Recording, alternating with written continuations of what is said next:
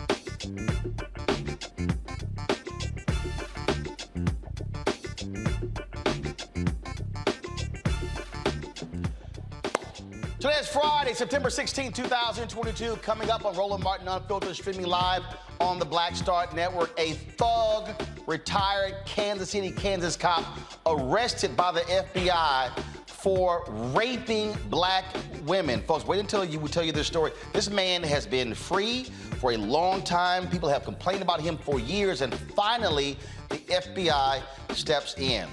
Calls for the Phoenix Suns owner of the NBA to be banned for life. The National Basketball Players Association executive director wants him gone. PayPal has said they will not sponsor their name on the team's jersey until that man is removed. And the minority owner of the team says it's time for him to go as well. Lots of drama coming out of Phoenix.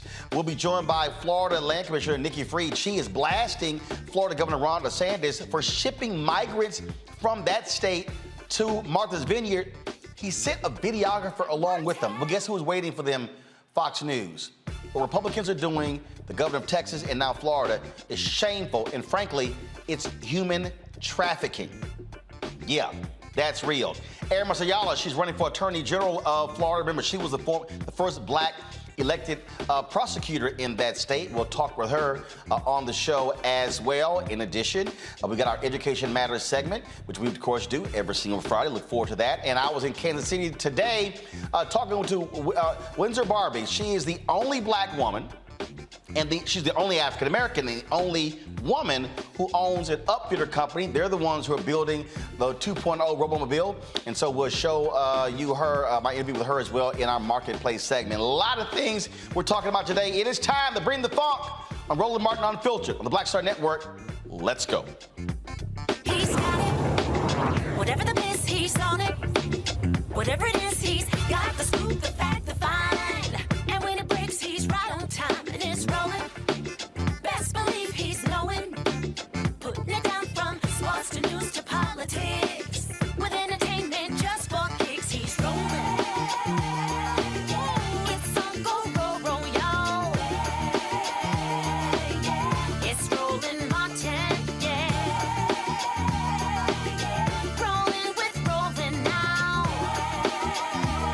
He's funk, he's fresh, he's real, the best, you know he's Roland Martin now.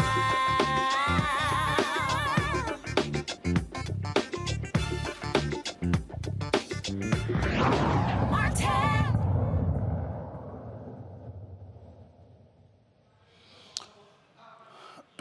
Folks, a shocking story out of Kansas City, Kansas. A longtime cop there has been terrorizing black folks in that city. Yesterday, he was finally arrested for his heinous actions, this time by the FBI. I'm talking about this former police detective, Roger Golubski. Folks, he is facing 6 counts of civil rights violations.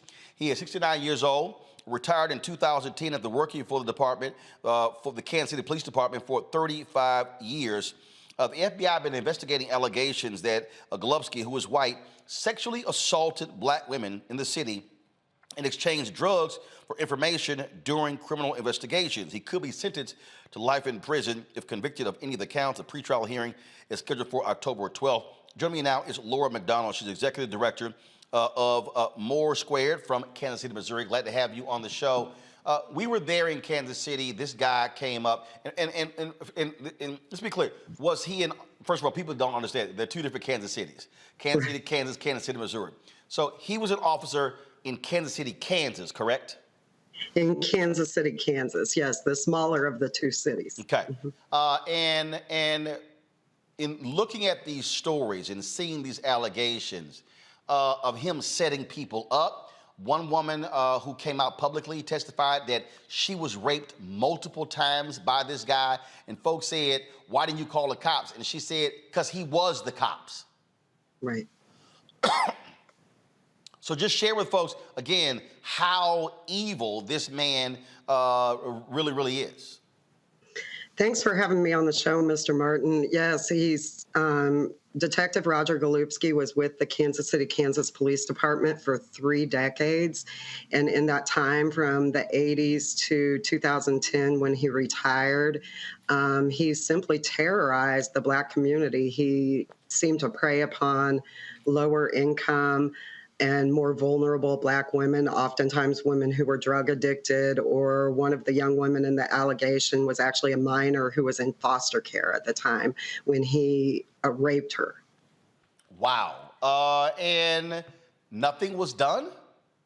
Nothing was done, Not only was nothing done, he had assigned to him at one time his partner in the field for many years as a detective, went on to become the police chief and continued to deny these allegations, even though we believe that that person was one time sitting in his squad car while one of these 2 victims was being raped by Golubski inside her house. Former Chief Ziegler was seated in the squad car in her driveway, she says. And not just with the rapes, he was setting people up. Absolutely. People who went to prison that he set up for crimes they did not commit. Absolutely. We know for a fact that Lamont McIntyre was framed by Roger Golubski, and he was exonerated in 2017.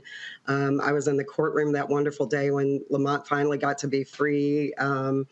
I've known Lamont's mother for some 20 years, and she was one of his first victims, one of Roger Golubski's earlier victims that we know about. And he went on to frame Lamont for a double homicide in Kansas City, Kansas, that he did things like, Mr. Martin, he actually had 3 of her family members' photos in a photo lineup. So it was Lamont and a brother and a cousin. And basically they have no choice but to pick one of Rose McIntyre's loved ones in the photo lineup. And then he would use some of the women who he would coerce in the streets through drugs, like street prostitutes. He would use them as what people call snitch witnesses to come in and testify and identify people like Lamont in these cases. So we believe we know of multiple men right now who are incarcerated who we believe that he framed in similar type situations. 2 of them, Sylvester McKinney and Brian Betts, have evidentiary hearings on early October. It's like October 4th and 5th. And we just, pray that this helps them with their release. They've been incarcerated for nearly 2 decades. Wow, absolutely stunning. And so many folks in this community relieved that he finally has been arrested. Yes, sir. Yes, sir. We celebrate. On one hand, we at More Squared, we work against mass incarceration day in and day out. But when somebody like this has fueled the system of mass incarceration, I've got to say it was delightful to see that man's mugshot instead of his lovely police photo that we've been seeing for 3 decades in the news. Laura McDonald, we certainly appreciate it. Thanks a lot. And we'll be watching to see what happens next in this case. Thanks for all of your attention to Kansas City and the Black community here, Mr. Martin. We really appreciate your service to us. Thanks so much. I certainly appreciate it. Thanks so very much. Thank you. Folks, going to bring my panel right now. Matt Manning, civil rights attorney. Also, Monique Presley, legal analyst, host of Make It Make Sense with Monique Presley. Xavier Pope, host of Suit Up News, owner of the Pope Law Firm. Glad to have all 3 of you here. The thing, Matt, that jumps out with this is folks in that city, they've been yelling, screaming for years, this man is evil. This man needs to be arrested. And nothing was done. But it was the constant public pressure that kept the attention and focus on the FBI, and finally he was arrested. Yeah, I think that's a really great point, Roland, because what you see in these circumstances is the police policing themselves. And that's inherently a problem, right? The fact that there were 3 decades of complaints against him, and then his partner became the chief, shows you a lot of those institutional problems that people have when they're trying to vindicate their constitutional rights and wrongful convictions against the police because the police are investigating themselves. So I'm glad that there was ultimately triumph for the victims in this case with the indictment and that he's going to be held to task. But it speaks to a larger systemic issue both there in Kansas City and across the country where police are able to close their phalanx and make sure that their own aren't prosecuted and these instances aren't investigated. So I'm glad that this shows that this kind of thing does happen. And what I would hope for is that Mark Dupree's office there in Wyandotte County is going to just do a wholesale review of all of the convictions that Golubski was involved in, because there are surely people flying under the radar who will be sitting in jail and have sat in jail for a very long time behind these kinds of heinous acts. Monique, I have said on this show many times that the White House has failed in regards to really giving due credit to the Civil Rights Division of the Department of Justice. This guy was arrested on civil rights violations. The work that Kristen Clark is doing in that department is huge, and this really jumps out. In this case here, most people only think in terms of criminal. They were thinking in terms of other areas, but utilizing the civil rights statutes was a way to get this guy arrested. Right. My two words were going to be Kristen Clark. And they still are. I wouldn't couch it in that way. I don't want to start with a negative as if the White House isn't doing something, because what the White House did is appoint and get Merrick Garland in the job and get Kristen Clark in the job. And it takes this Black woman who really across the board we've seen cause an entire department of the DOJ to pay attention to the crimes being committed against Black women that were before being ignored. So we're seeing that happen over and over again. We saw that with what happened with Breonna Taylor and the extent to which they dug into that department. We're seeing that happen here, and she's not going to stop. She's causing the work to get done. So I applaud her leadership, and I applaud this administration for work that has not been done in prior administrations for the quarter century that I've been a lawyer. So I'm thankful. Xavier, here's why I'm going to call them out. Yes, she was appointed, but this is a perfect example of how the failure to communicate leads people to say, oh, well, what's not being done? There has been a stunning number of indictments, of convictions by this DOJ, and all I'm simply saying is, if this White House would fully embrace that and tell the story, I dare say literally bring them to the White House podium and talk about this here, because look, we talk about it, but there's a lot of people who have no idea what's happening with this DOJ and Civil Rights Division, and as Ben Crump has said, arguably this is the most active Civil Rights Division since the days of Robert F. Kennedy in the 1960s. Yeah, you have to be able to celebrate the wins that you have. Yeah. And show what's going on. And that's why your program exists, Roland Martin. That's why the last guest, thank you for bringing this to the world's attention. And so putting and showing the wins and how many things that have happened since the beginning of this administration. And that needs to be sold to the American people, particularly to African-American communities, who many of them have not thought that this administration has done enough to be able to address social justice issues. Well, maybe if you be able to sell that more to the American public, particularly the African-American public, it would show things are actually getting done by this administration. Yeah, and again, I mean, this is a perfect example of, again, strong prosecution, not allowing these things just to continue. And so that's absolutely, again, great news here. And man, I want to go back to you. Again, we talk about this guy. I mean, this is a walking thug. And this reminds me of the guy in Oklahoma City who got convicted, who raped Black women, who was a cop. Mm-hmm. It's terrifying, and the fact that we're continuing to hear these stories from disparate parts of the country shows you that this is a problem institutionally. I'm not sure if I came through earlier, but there are district attorneys' offices around the country that have set up conviction integrity units for precisely these kinds of situations. And as I was saying before, I hope Mr. Dupree's office there looks at every single conviction that was gotten by, the work of Golubsky, because there are surely people sitting in prison right now behind these kinds of acts. To that particular point, we've seen some folks, Monique, we look at some of these Republicans and what they do. They've been, fighting this. You saw the Attorney General of Virginia dismantle their program. The woman who became the DA in San Francisco, in many ways dismantled that integrity unit. These are needed, and you have some of these prosecutors who believe, oh, we shouldn't be doing that. But look, no, if somebody did wrong, they should be punished for it. But we know for a fact that there are way too many people who are sitting in jail right now for crimes they did not commit, and it is necessary to have those units look at those cases and study them. And you had, we had Kim Foxx, who was like, yeah, we can't trust these cops. Same thing in Maryland with Alicia Brayboy there. And we have these examples of progressive DAs. Fox News calls them the Soros DAs. But these are the folks who are going, no, double check to ensure if the people did it, they did it, and you don't just believe these corrupt cops.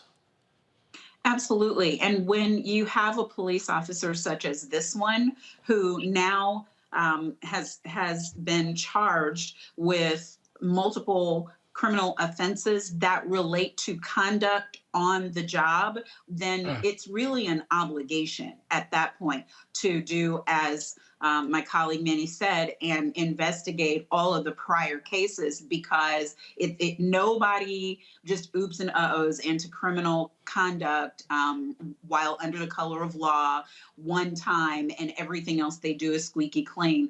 The Innocence Project, to your point, Roland, reports over 10,000 wrongfully convicted a year. Those are disproportionately Black and brown, disproportionately men, but Black and brown men. And those are the numbers for instances like we're seeing here, for times when they are coerced into convictions for fear of prosecution and for fear of time that would be greater if they are prosecuted for other crimes. So all of these things, there's oversight that's necessary. The federal oversight that Kristen and her team are doing is wonderful, but I'm going to say again, because I just keep hoping that if I say it long enough, people will listen. George Floyd Justice and Policing Act was supposed to also be a curative in that it would provide federally required oversight for actions such as these. And if we vote, y'all, in November, we can get legislation like that, because we need a real majority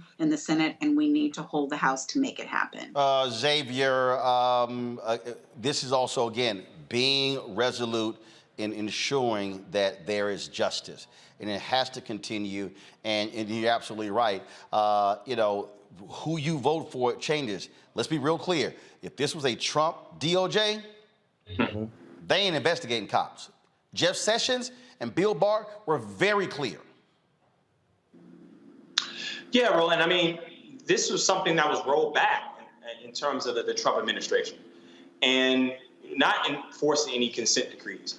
That was the previous in the Obama administration. So this was an administration that attempted to show to its base that, hey, we're not going to do anything to harm, quote unquote, the reputation of police officers, when we all know in African-American communities what that reputation looks like and the accountability the community wants to hold. Now, we talk about the defund the police and all that. Many African-Americans, they want to have policing, but they want to have safe policing, and that safe policing relates to their own well-being in the communities that they live. They want safe policing, but they also don't want to have thuggish cops. That is absolutely the case. Folks, hold tight 1 second. We go to a break. We come back. We're going to talk about, speaking of thugs, Florida Governor Ron DeSantis. What he is doing is utterly shameful, sending migrants to Martha's Vineyard. But he sends a videographer with them to detail what's going on, because for them, let's embarrass these liberal places. And then Senator Ted Cruz blasts the left. the governor of Massachusetts. What Martha's Vineyard is a Republican. We'll talk with Florida state official Nikki next on Roland Martin Unfiltered on the Black Star Network. Don't forget to download our app, Apple phone, Android phone, Apple TV, Android TV, Roku, Amazon Fire TV, Xbox One, Samsung Smart TV. And of course, you can also join our Bring the Funk fan club by P.O. Box 57196, Washington, D.C. 20037-0196. Cash App, $RM Unfiltered. PayPal is R Martin Unfiltered. Venmo is RM Unfiltered. Zelle is Roland at RolandSMartin.com. We'll be right back.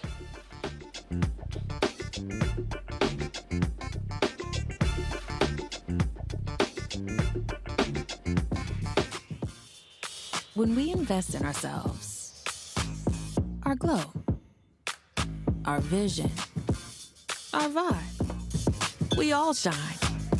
Together, we are black beyond measure.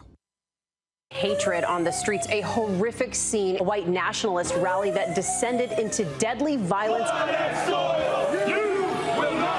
White people are losing their damn minds.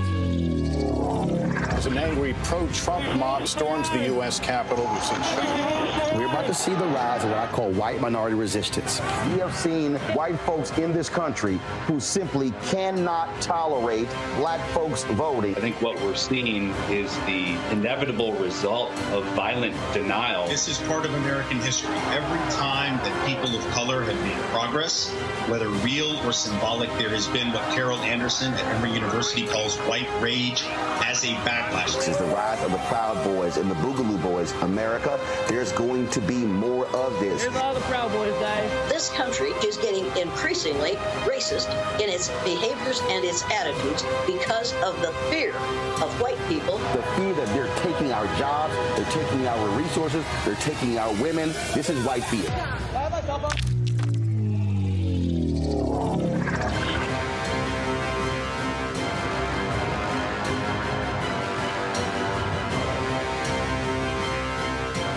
When we invest in ourselves, we all shine. Together, we are black beyond measure. When you talk about blackness and what happens in black culture, we're about covering these things that matter to us, speaking to our issues and concerns. This is a genuine people-powered movement. There's a lot of stuff that we're not getting. You get it, and you spread the word. We wish to plead our own cause. Too long have others spoken for us. We cannot tell our own story if we can't pay for it. This is about covering us. Invest in black-owned media. Your dollars matter. We don't have to keep asking them to cover our stuff. So please support us in what we do, folks. We want to hit 2,000 people, $50 this month, raise $100,000. We're behind 100,000, so we want to hit that. Y'all money makes this possible. Checks and money orders go to P.O. Box 57196, Washington, D.C. 20037-0196. The Cash App is $RM Unfiltered. PayPal is R Martin Unfiltered. Venmo is RM Unfiltered. Zelle is Roland at RolandSMartin.com. Hey, what's up, everybody? It's Godfrey, the funniest dude on the planet. And you're watching Roland Martin Unfiltered. Ow.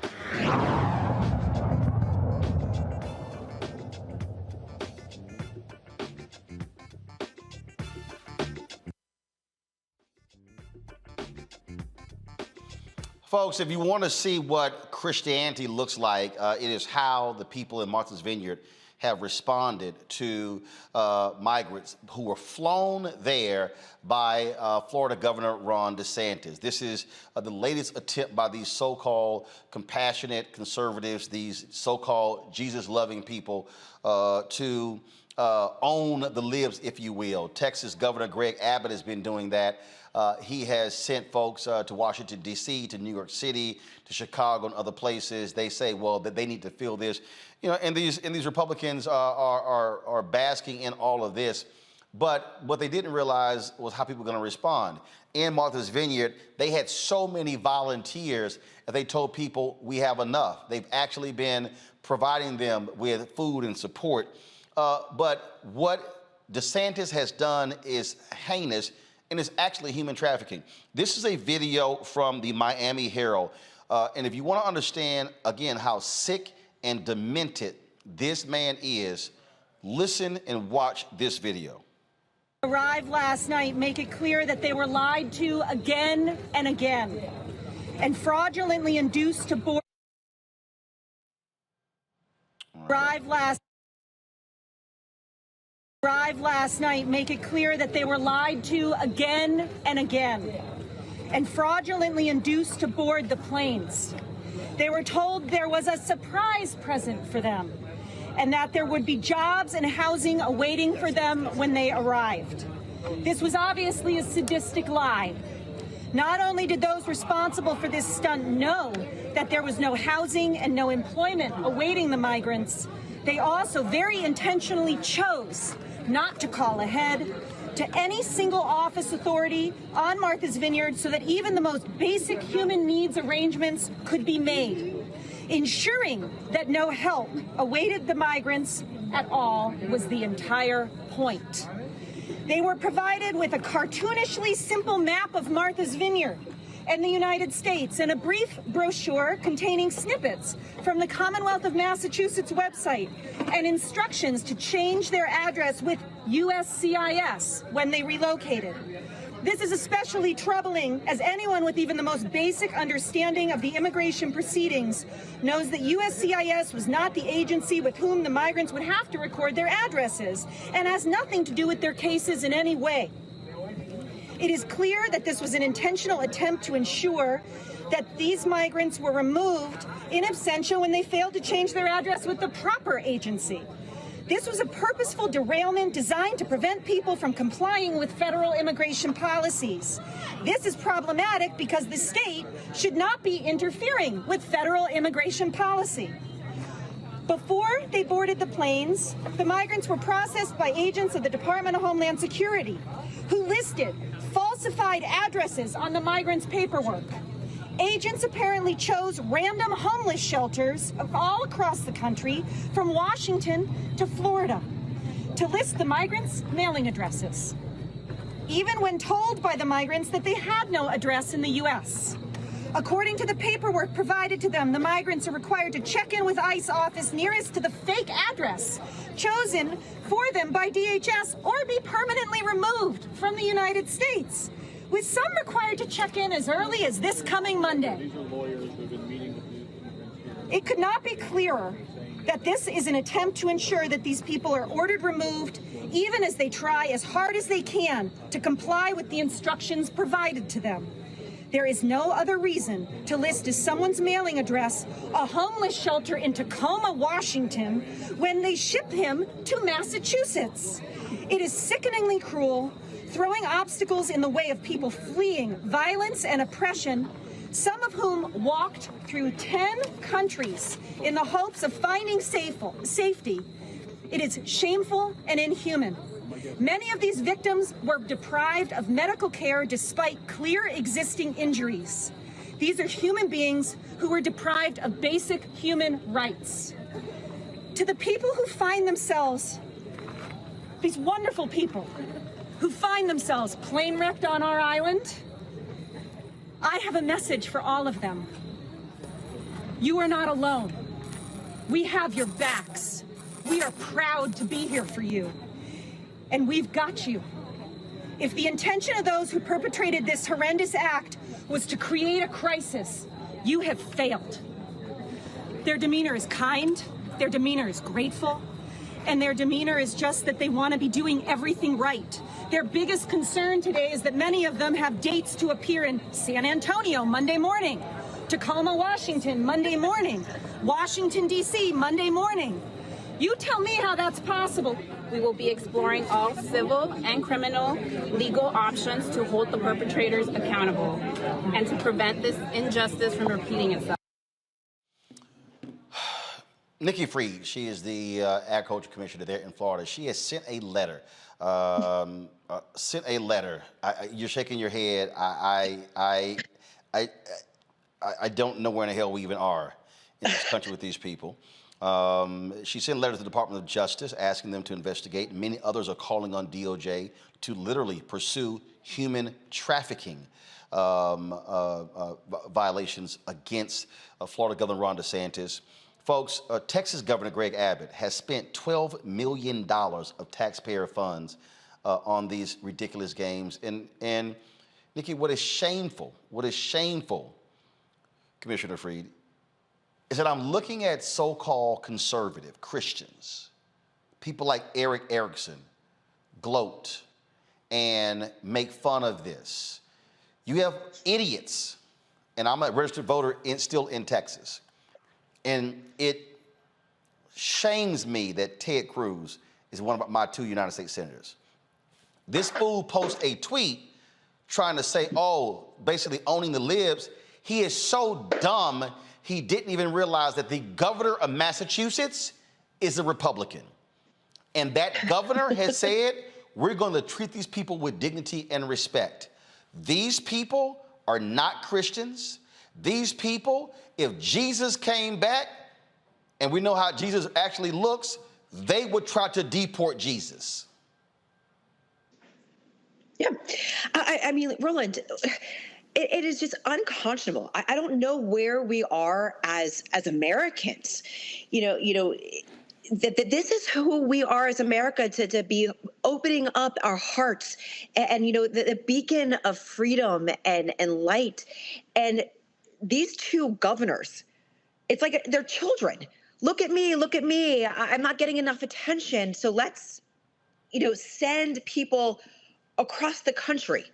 And so, yes, I wrote a letter to the Department of Justice asking for an investigation because this is human trafficking, that the governor of Florida has paid with Florida taxpayer dollars to transport these individuals from Texas. I think there was a stop in Florida so that he can make some kind of rational, connection to money that was allocated, $12 million of Florida taxpayer dollars that was allocated, and then send them up to Martha's Vineyard. And it's not even just inhumane. This is pathetic. These 2 men are using 50 individual lives to play on this game that they're having with the Biden administration.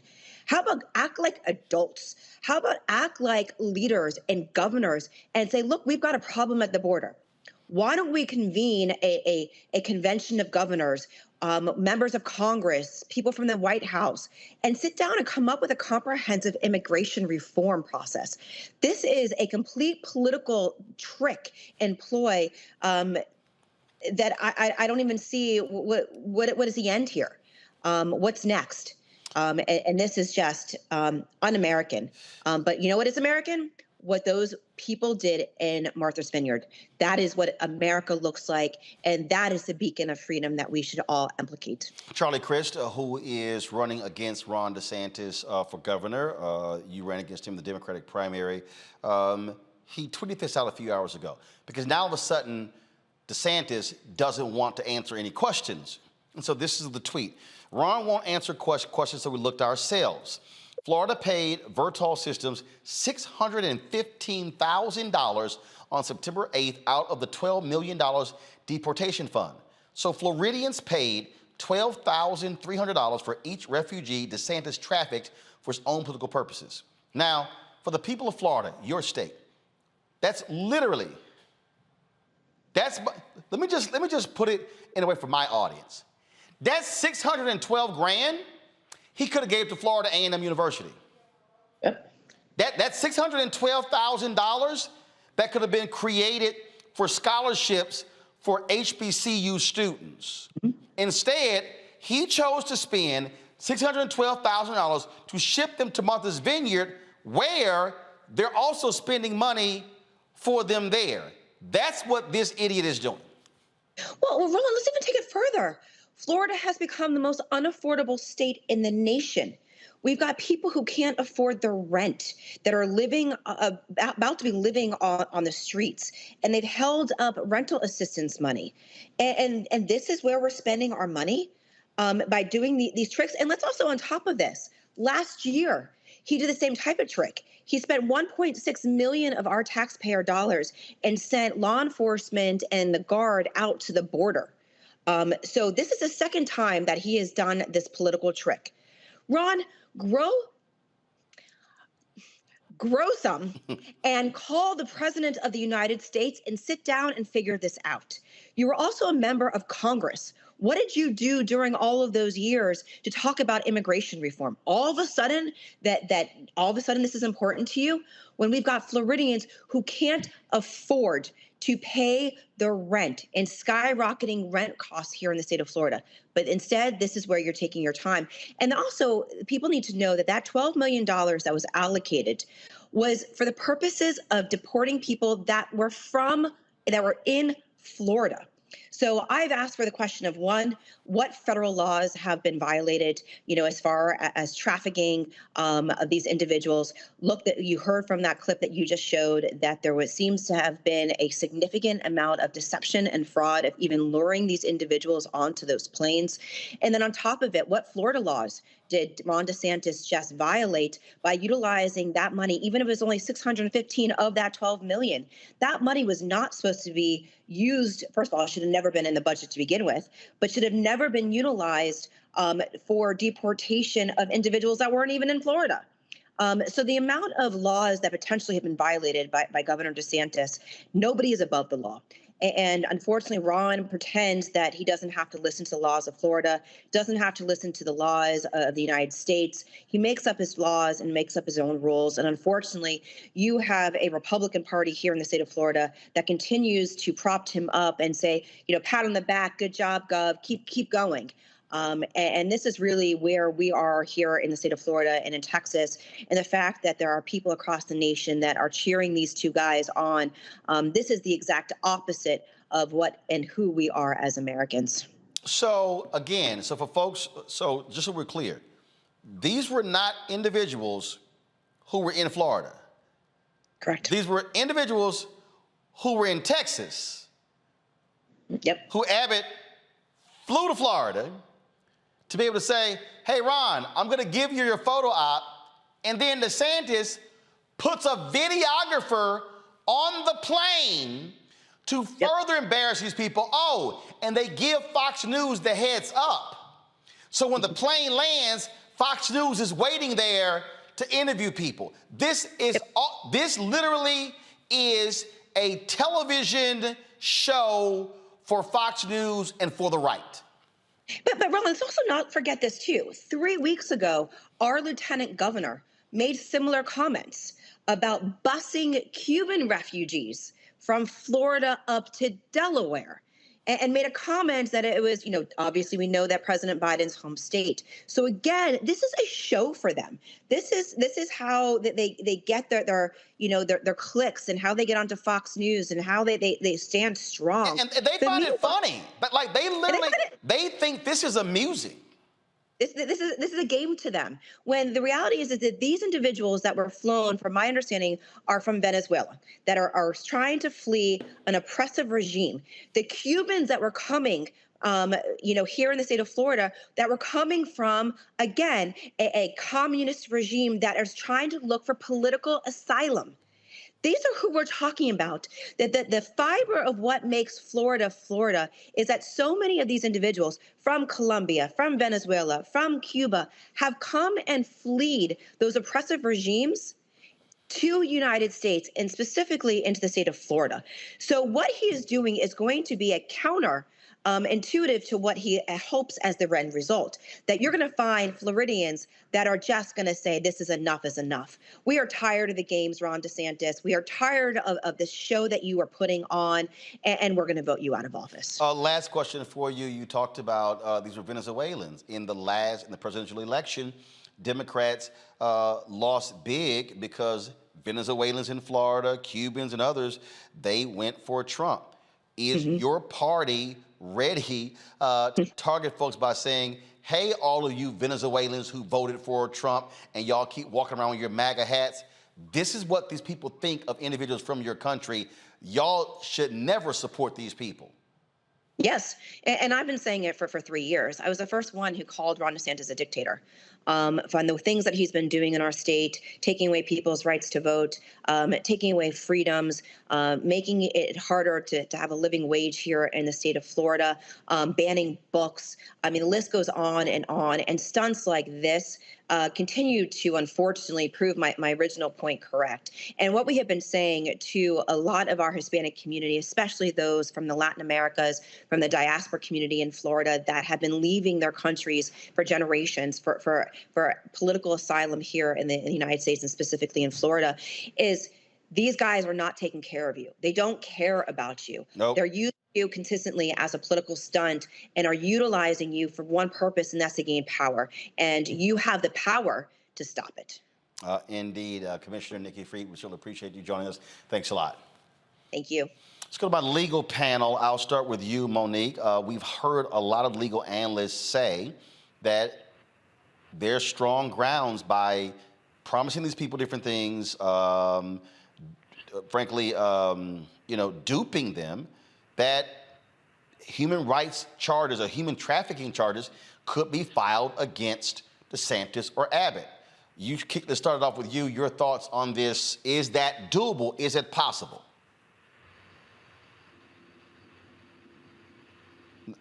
You're muted. You're muted. You muted yourself.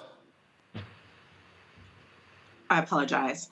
Unfortunately, no. I don't think that this meets the rigors of the human trafficking statute. I've looked under Homeland Security, under Department of State, refreshed myself on what the legislation calls for. That's why even your last guest, Commissioner Fried, when she wrote her letter, she called it political human trafficking, which is not what the statute requires. The statute, it is trafficking for sure. We know that part. And even if there's fraud or deceptiveness, which it seems there was, it's for the purposes of forced labor or for sex acts is the way those statutes run. That doesn't mean, though, that this wasn't maybe kidnapping or that there wasn't fraudulent manner of use of funds by the governors from the various states, especially DeSantis, in the way that the funds were used. It doesn't mean that there haven't been other violations of their rights. The issue, unfortunately, is what rights they have and don't have as migrants as opposed to as citizens. And they ought to have rights as humans. But it's a tricky, hard sell. That's why everybody is saying, political human trafficking.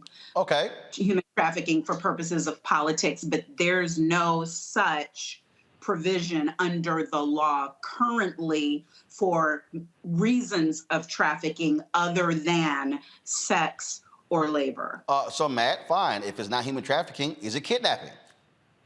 It might be kidnapping if you look at it from a criminal standpoint, but I actually think there might be something under the Civil Rights Act of 1964, which bans discrimination against people's national origin. And I think it's pretty clear that if they understand that the migrants are going to have forthcoming court dates and they ship them across the country where they're unable to make those court dates, especially in a systemic way, there may be some meat on that bone. So I think there are some novel legal ways to approach it. I think Monique is 1,000% right. I don't think the governors did this without probably vetting their potential legal, issues. And frankly, they didn't think it was human trafficking, which is why they engaged in it.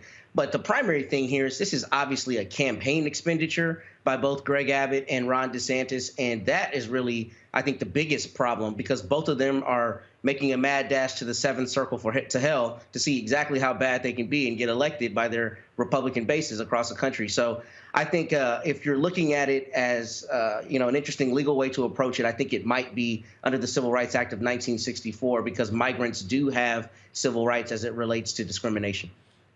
Xavier. Yeah, I think it's kidnapping. The trafficking element definitely is a difficult one to prove because of the forced labor component.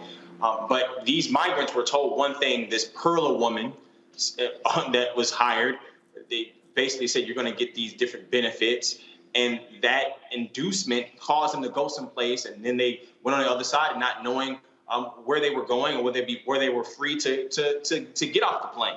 And how they were treated. And so I think that's the avenue from a criminal aspect that what it looks like. But also, I agree that there may be some civil rights component as well. I think this should be investigated to the fullest extent. I think that Republicans should not be used to push this through and move on to the next stunt. They need to be held accountable for it and be held accountable for it now. Here's something that I thought was very interesting, and the JFK Library put this out yesterday. Go to my iPad, please. This was a tweet here where they put out, they said, to embarrass Northern liberals and humiliate black people, Southern White Citizens Council started their so-called reverse freedom rides, giving black people one-way tickets to northern cities with false promises of jobs, housing, and better lives. This is the newspaper article they actually posted. This morning, that you see right here, this thing got 23,000 retweets, 48,000 likes. People who had no idea, didn't understand this history, Monique. And I saw some folk earlier, some black folks who, when one was a white woman, she commented, and the person was like, well, you know, it's disrespectful to black people to compare what's happened to the migrants to them. And I had to weigh in. I said, first of all, nonsense. I said, there are parallels to what is happening here. Yes, in our case, we were already citizens of the country, but the reality is, whether you're talking to citizens or whether you're talking to people who are migrants, it is still shameful behavior that these Republicans are engaging in. And I was glad that JFK Library put that out, because people had no clue that these things had happened to black folks during Jim Crow. Monique? Absolutely. And it shows, one, there's no new tricks, right? The devil has the same old stuff, and they regurgitate it, and they put it in a little bit of a different light, and they try it again. And they are doing that with these people. And we, you know, shame on some of us sometimes, because we've had it hard. We don't want to admit the hardness of anybody else. We don't want it to be compared. It doesn't have to be compared for us to say that it's terrible. But then also, that was done by groups that were private citizens informing councils. To me, this is actually worse than what was done, because these are governors acting under the color of state law. This is law enforcement, and they have these people's bodies. You know, I mean, they are responsible for them. And Roland, you know, from Texas on buses all the way to in front of the VP's house. I mean, that's hours and hours of travel. Flying, they said they didn't feed them from 6 in the morning when they left until after they got to Martha's Vineyard. All of the fraudulent behavior, all of the false promises that were given. I'm sure that there are many claims of action. And what I was most impressed by was that lawyer in Martha's Vineyard. I appreciate nothing more than when I see people step up and use their education and use their expertise for good. And I am thankful to see that there are people on the ground doing just that.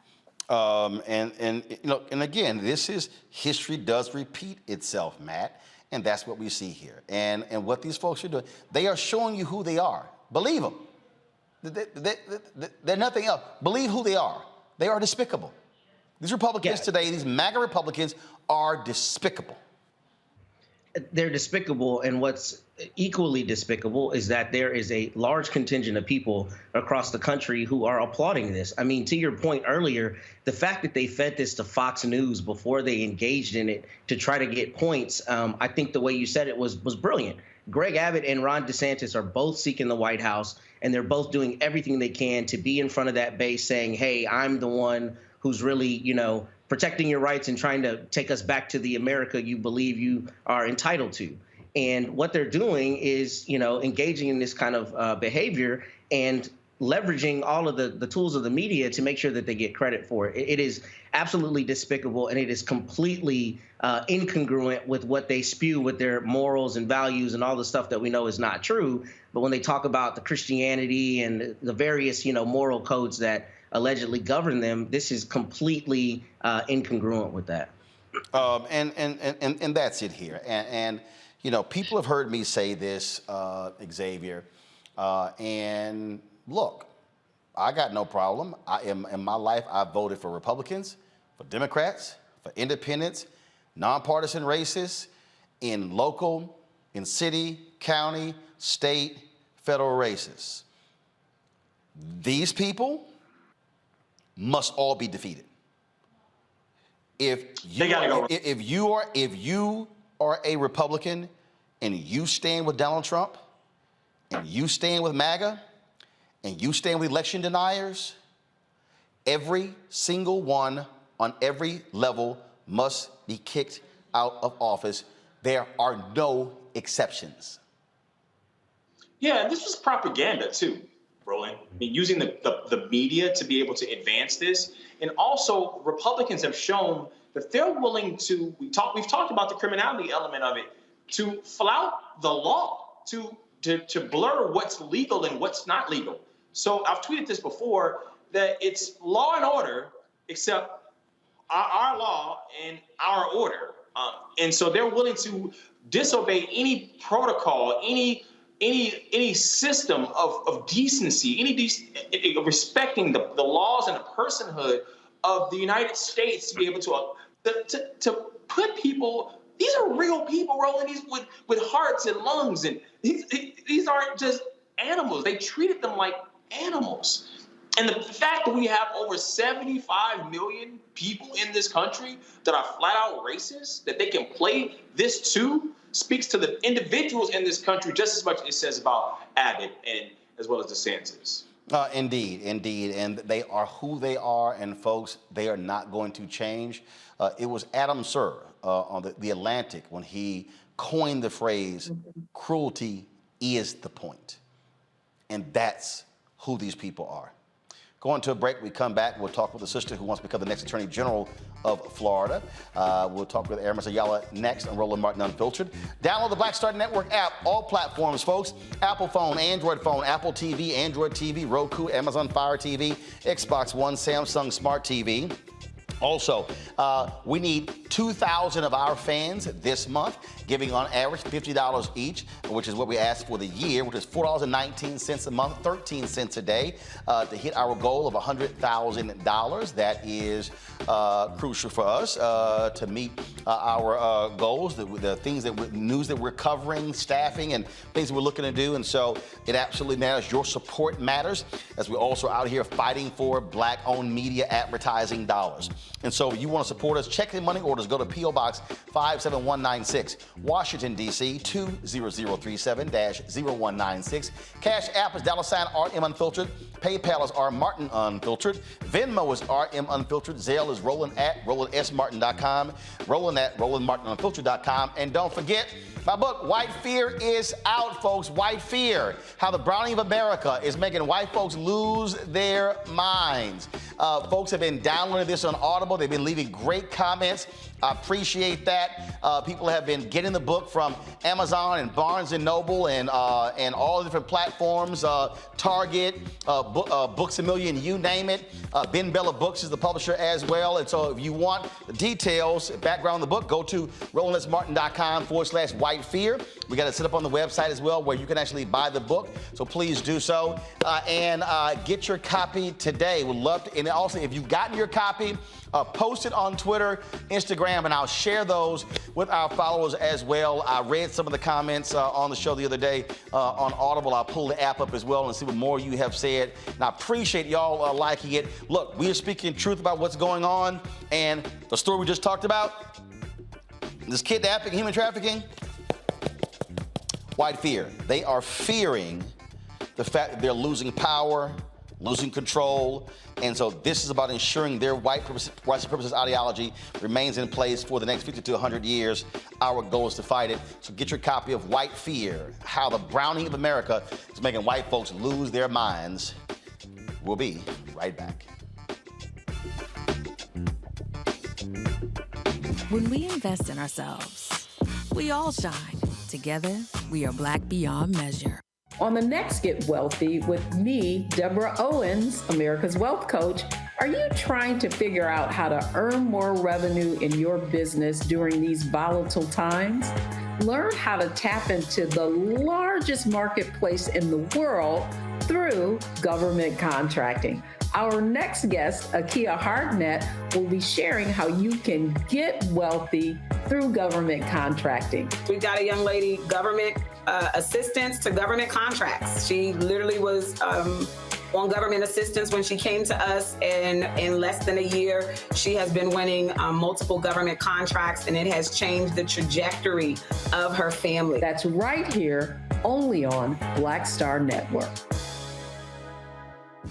When we invest in ourselves, we're investing in what's next for all of us. Growing, creating, making moves that move us all forward. Together, we are Black beyond measure. When you talk about blackness and what happens in Black culture, we're about covering these things that matter to us, speaking to our issues and concerns. This is a genuine people-powered movement. There's a lot of stuff that we're not getting. You get it, and you spread the word. We wish to plead our own cause. Too long have others spoken for us. We cannot tell our own story if we can't pay for it. This is about covering us. Invest in Black-owned media. Your dollars matter. We don't have to keep asking them to cover our stuff. So please support us in what we do, folks. We want to hit 2,000 people, $50 this month, raise $100,000. We're behind $100,000, so we want to hit that. Y'all money makes this possible. Check some money orders. Go to P.O. Box 57196, Washington, D.C. 20037-0196. The Cash App is $RM Unfiltered. PayPal is R Martin Unfiltered. Venmo is RM Unfiltered. Zelle is Roland at RolandSMartin.com.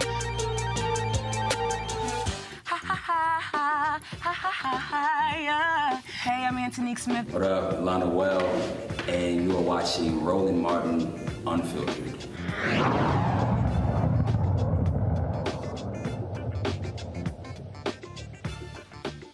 Folks, we have seen the importance of having someone as the state attorney general in Minnesota. Keith Ellison took charge of the prosecution of George Floyd. We see Aaron Ford, he is attorney general in Nevada. You have Kwame Raoul as attorney general there in Illinois. But it doesn't mean that you have a Black attorney general that they're going to do what's right. You have that fool Daniel Cameron in Kentucky, who led a shoddy investigation in the death of Breonna Taylor. And it was the Department of Justice who had to come in and clean it up because he was so awful and pathetic. And now that joke of a man is running for governor. Please, Kentucky, do not elect that fool as your next governor. In Florida, my next guest, she garnered lots of attention when she became the first Black state prosecutor. And when she came out and said she was not going to prosecute murder cases, the governor moved against her. She was targeted. She was threatened. Now she is running for Attorney General. Amos Ayala joins us right now. Glad to have you back on the show. You won the Democratic primary, so look, you were actually running for Congress, but then you switched. Why did you say, you know what, I should be the next Attorney General? So it's a couple of things. First of all, thanks for having me on your show. I really appreciate you sharing this. You know, it's important for us to recognize that in Florida, they decimated 2 majority-minority congressional districts. And where I live, I was in one of those districts. So as a result of that, I said, okay, I won't be in that district, but then I'm going to run statewide. I looked at all the attacks that were happening in the legislature, and our attorney general was standing saying nothing. And you can't tell whether it was incompetence or whether it's corruption, but either one, it disqualifies her from the position, and we need someone who has the courage, the backbone, the intelligence, and the ability to stand up to the powers and let the people get the representation and advocacy that they need. And when we talk about, again, the role of the AGs, we see how Republicans are trying to rig elections by taking over 2 critical positions, Attorney General and Secretary of State. Yeah, that's all part of the game. I mean, look what's happening in Florida right now. If the governor can get the attorney general to side with him, to be silent in violations of the law, violations of our constitutional rights, that's her job. That's the responsibility of the attorney general. So if the governor can get those people to do his bidding, he can cut the law. He can totally eliminate the system, move forward, and get his agenda, that is in violation of the people's rights. He can move that straight to the top. And that's not the game that we should be playing. It is time out for politics. People are dying. People can't afford to live. People don't have the safety that they deserve. And if we don't have a person advocating for us and playing games with the law instead of allowing the law to work for us, then we're all in trouble. One of the things that jumps out here is that, look, Democrats have been woeful statewide in Florida. You've got Congresswoman Val Demings, who is running for the United States Senate. You've got former Congressman Charlie Crist, former governor, who is running on the Democratic side to be the governor against DeSantis. What is the Democratic Party in Florida doing that has been, frankly, decimated and a lot of self-inflicted wounds? What are they doing to galvanize this state? Because when you look at the most populous counties, your blue counties, when you had Gillum, who ran for governor, I mean, Broward County and Miami-Dade, the turnout numbers were horrible. And so what is your strategy to really drive black turnout, to drive Latino turnout, but to really get Democrats and progressives in Florida focused and voting and not being run over like a freight train by these MAGA folks? You know, I think that the party's going to do what the party's going to do. So it's going to take candidates like me who are unafraid to be Democratic. You know, too many times Democrats try to be better Republicans. We try to be cold and callous and cruel instead of understanding that our value is in caring about people. Our value is in our diversity. And that's what I stand for. So it's the authenticity that I bring to the ticket, that I am creating a level of energy and desire for people to come out. We had, you know, in 2018, the passage of Amendment 4, which restored the voting rights to formerly incarcerated people. As a result of that, we have at least 192,000 of those who are ready to vote. They're registered, fines paid off, and these are the people that we're going after. We're going to increase the vote. In addition to that, we have a lot of angry women across the state of Florida who are frustrated about being considered a half human being, who are concerned about losing their privacy rights, their bodily autonomy. That's the job of the Attorney General. You know, in the state of Florida, we have a constitutional provision that specifically identifies our right to privacy. And unfortunately, she's acting like it doesn't exist. It's not a violation of the Constitution. Our voting rights. You know, you asked me about the congressional district. When those districts were changed and the governor submitted his desired map, she should have said this is unconstitutional based upon the Florida Constitution. So if you don't have someone who has energy, we're going to continue to do what we've been doing and continue to get what we got. But what I bring is something different. It is genuine, it's authentic, and we're going to win this race. Questions from our panel. Xavier, I'll start with you.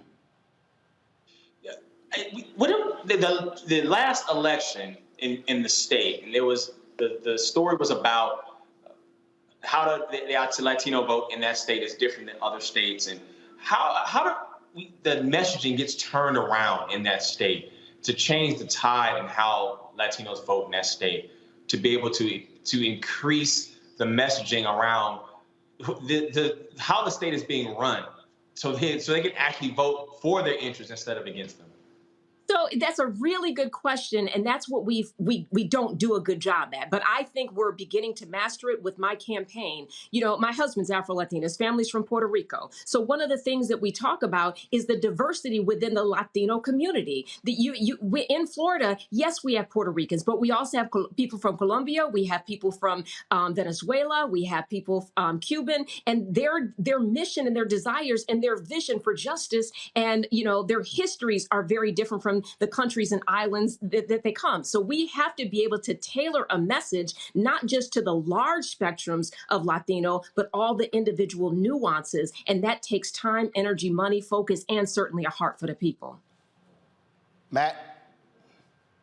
Good evening. Let me first say my former boss was a compatriot of yours on FJP, so I learned about the good work you were doing in Florida, and I appreciate it. And I appreciate your fearlessness as it relates to the death penalty. So kind of what I wanted to ask you is, you know, when you get to that position, what are your plans on galvanizing law enforcement? Because I would imagine in Florida, there are a lot of law enforcement groups that are, you know, countering you, saying she won't seek the death penalty. Is she a real prosecutor? And I know that you are a progressive prosecutor and one of the strongest in the nation. So kind of what is your approach in that respect? I think about leading by example. You know, too often when people are running for offices to lead, we ask how they're going to, get people to agree with them. I don't see DeSantis getting people to agree with them. Our current attorney general's not getting people to agree with them. They show up, and they show up as the boss of they show up as the boss of themselves, but also letting the people be the boss and working for the people, not working for law enforcement. I keep having to remind people that, the attorney general is the top cop. That's the top law enforcement officer of the state who works for the people, not other law enforcement. So it is about addressing the culture of law enforcement to be one of service to the people instead of lording over people, instead of, thinking that mass incarceration of Black, brown, and poor people is the way that we get to public safety. It is about changing the culture from the top down and allowing them to find a new way instead of me trying to figure out how to assimilate with them. Monique. Thank you so much for all the work that you do. What I find and am most upset about is that we see Black women, especially prosecutors, progressive ones in this nation, attacked from the right, but also from the left and the middle, and many times by our own people. What is it that we can do? I never prosecuted, was always on the defense side or working for the government, but constantly say, we need you on this wall. What can we do to encourage, first in the community at large, an understanding of the necessity of the work of prosecutors and why we need people of conscience in the role, and also to encourage young want-to-be lawyers coming behind us, or ones that are in law school and making that decision to choose it as a profession? Thank you for your question and for acknowledging it. Yeah, there's certain attacks. The amount of death threats and comments that I've received, sadly, it comes with the turf. Now, what can be done?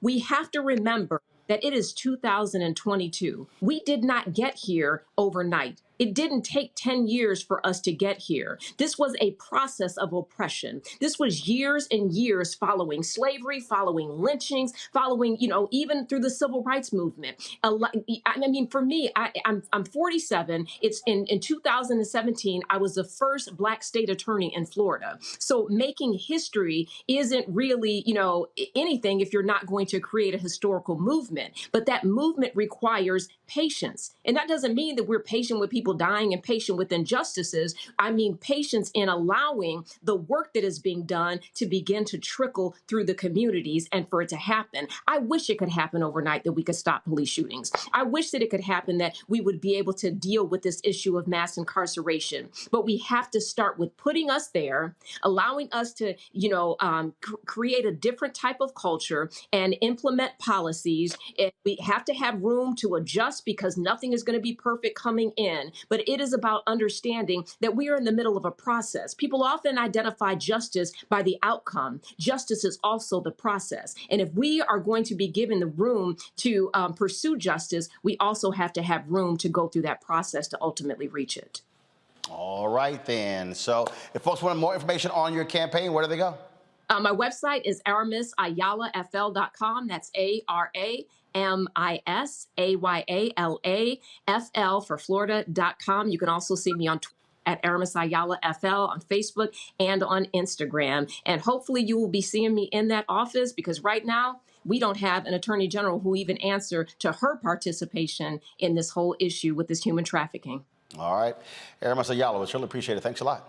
Thank you so much. I appreciate it. All right, folks, when we come back, we'll talk about calls for the Phoenix Suns owner of the NBA to be removed forever for making racist comments and also sexual comments in the workplace. He's been suspended for a year, fined $10 million. National Basketball Players Association, they want it to go further. We'll break it down next on Roland Martin Unfiltered on the Black Star Network. Don't forget, folks, download the Black Star Network app, Apple phone, Android phone, Apple TV, Android TV, Roku, Amazon Fire TV, Xbox One, Samsung Smart TV, and of course, join our Bring the Funk fan club. Send your check and money order to P.O. Box 57196, Washington, D.C., 20037-0196. Cash App, $RM Unfiltered, PayPal, R Martin Unfiltered, Venmo is RM Unfiltered, Zelle is Roland at RolandSMartin.com, Roland at RolandMartinUnfiltered.com. We'll be right back. When we invest in ourselves, we all shine. Together, we are Black beyond measure. I remember being with The View when they said, we want to extend your contract. And I knew God said, it's time to move. It's time to go. And everybody was saying, Sherry, you got a great job. You're making all of this money. And I said, no, it's time. And they said, you ain't gonna be able to, you've been away from Hollywood. And I said, it's time to go. And when I didn't, that's when I realized I was about to go through this divorce and it was gonna be expensive, it was gonna be a lot. And I said, I'm gonna stay. I said, I'm gonna stay for a couple of years. So you make this money. See, go ahead. I'm gonna make this money and then I'll get out, Lord. So I'm gonna do a compromise. I'm gonna do what you say, but I'm gonna do it on my thing. And he went, really? He went really. And you know when he went really? They said that we were heavy in contract negotiations. And they came, my manager called, she said, they're not gonna renew your contract. And I went, hey, so wait, what? Just yesterday, they was offering me more money. She said they just decided not to renew your contract. And I remember sitting in front of the mirror at The View, and I went, what happened? And it was very clear. God said, I told you it was time to go.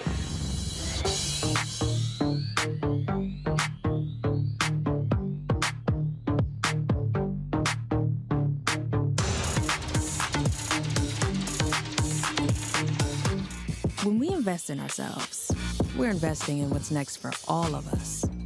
Growing, creating, making moves that move us all forward. Together, we are Black beyond measure. Pull up a chair, take your seat. The Black Tape with me, Dr. Greg Carr, here on the Black Star Network. Every week, we'll take a deeper dive into the world we're living in. Join the conversation only on the Black Star Network. Hello, everyone. It's Kiara Sheard. Hey, I'm Taj. I'm Coco. And I'm Lily. And we're SWV. What's up, y'all? It's Ryan Destiny, and you're watching Roland Martin Unfiltered.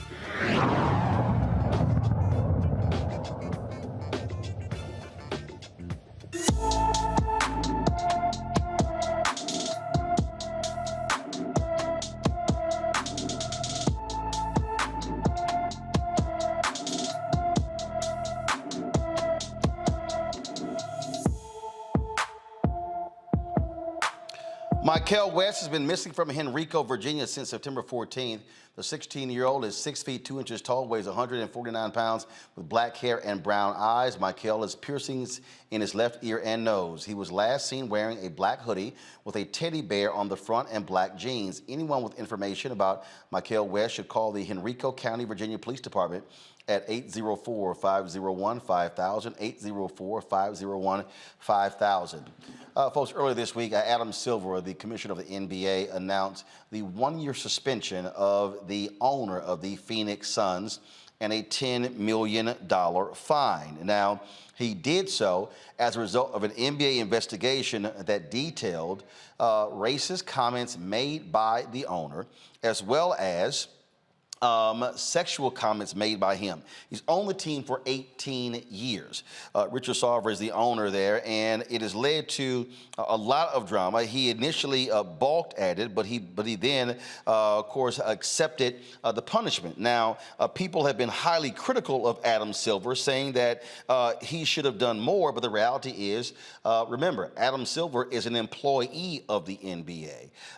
He works for the owners. The owners control what's going on. Well, what this has done is this has led to, as I said, lots of dissension. The commissioner, first of all, several players have actually commented on this.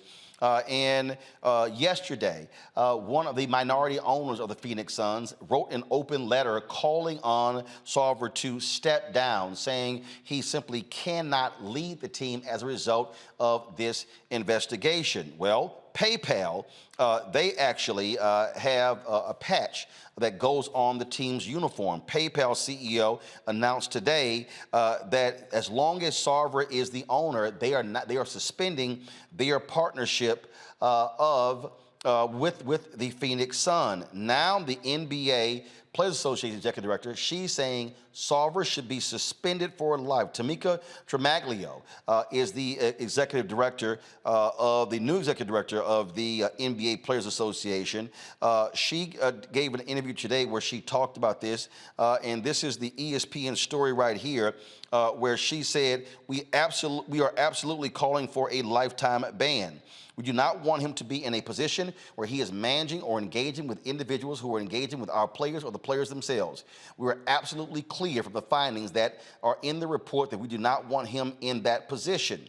She confirmed that she was speaking on behalf of players and with her remarks and different players, LeBron James, Chris Paul, who plays for the Phoenix Suns, a former president of the Players Association, expressing their disappointment with the punishment of by NBA Commissioner Adam Silver. It is our players' desire that while we understand that there has been a thorough investigation and while we're very pleased that the NBA was able to follow through on that, because that's clearly something that we want to see happen, we also want to make it very clear that we do not want him to be back in a position where he will be impacting our players and those who serve our players on a daily basis.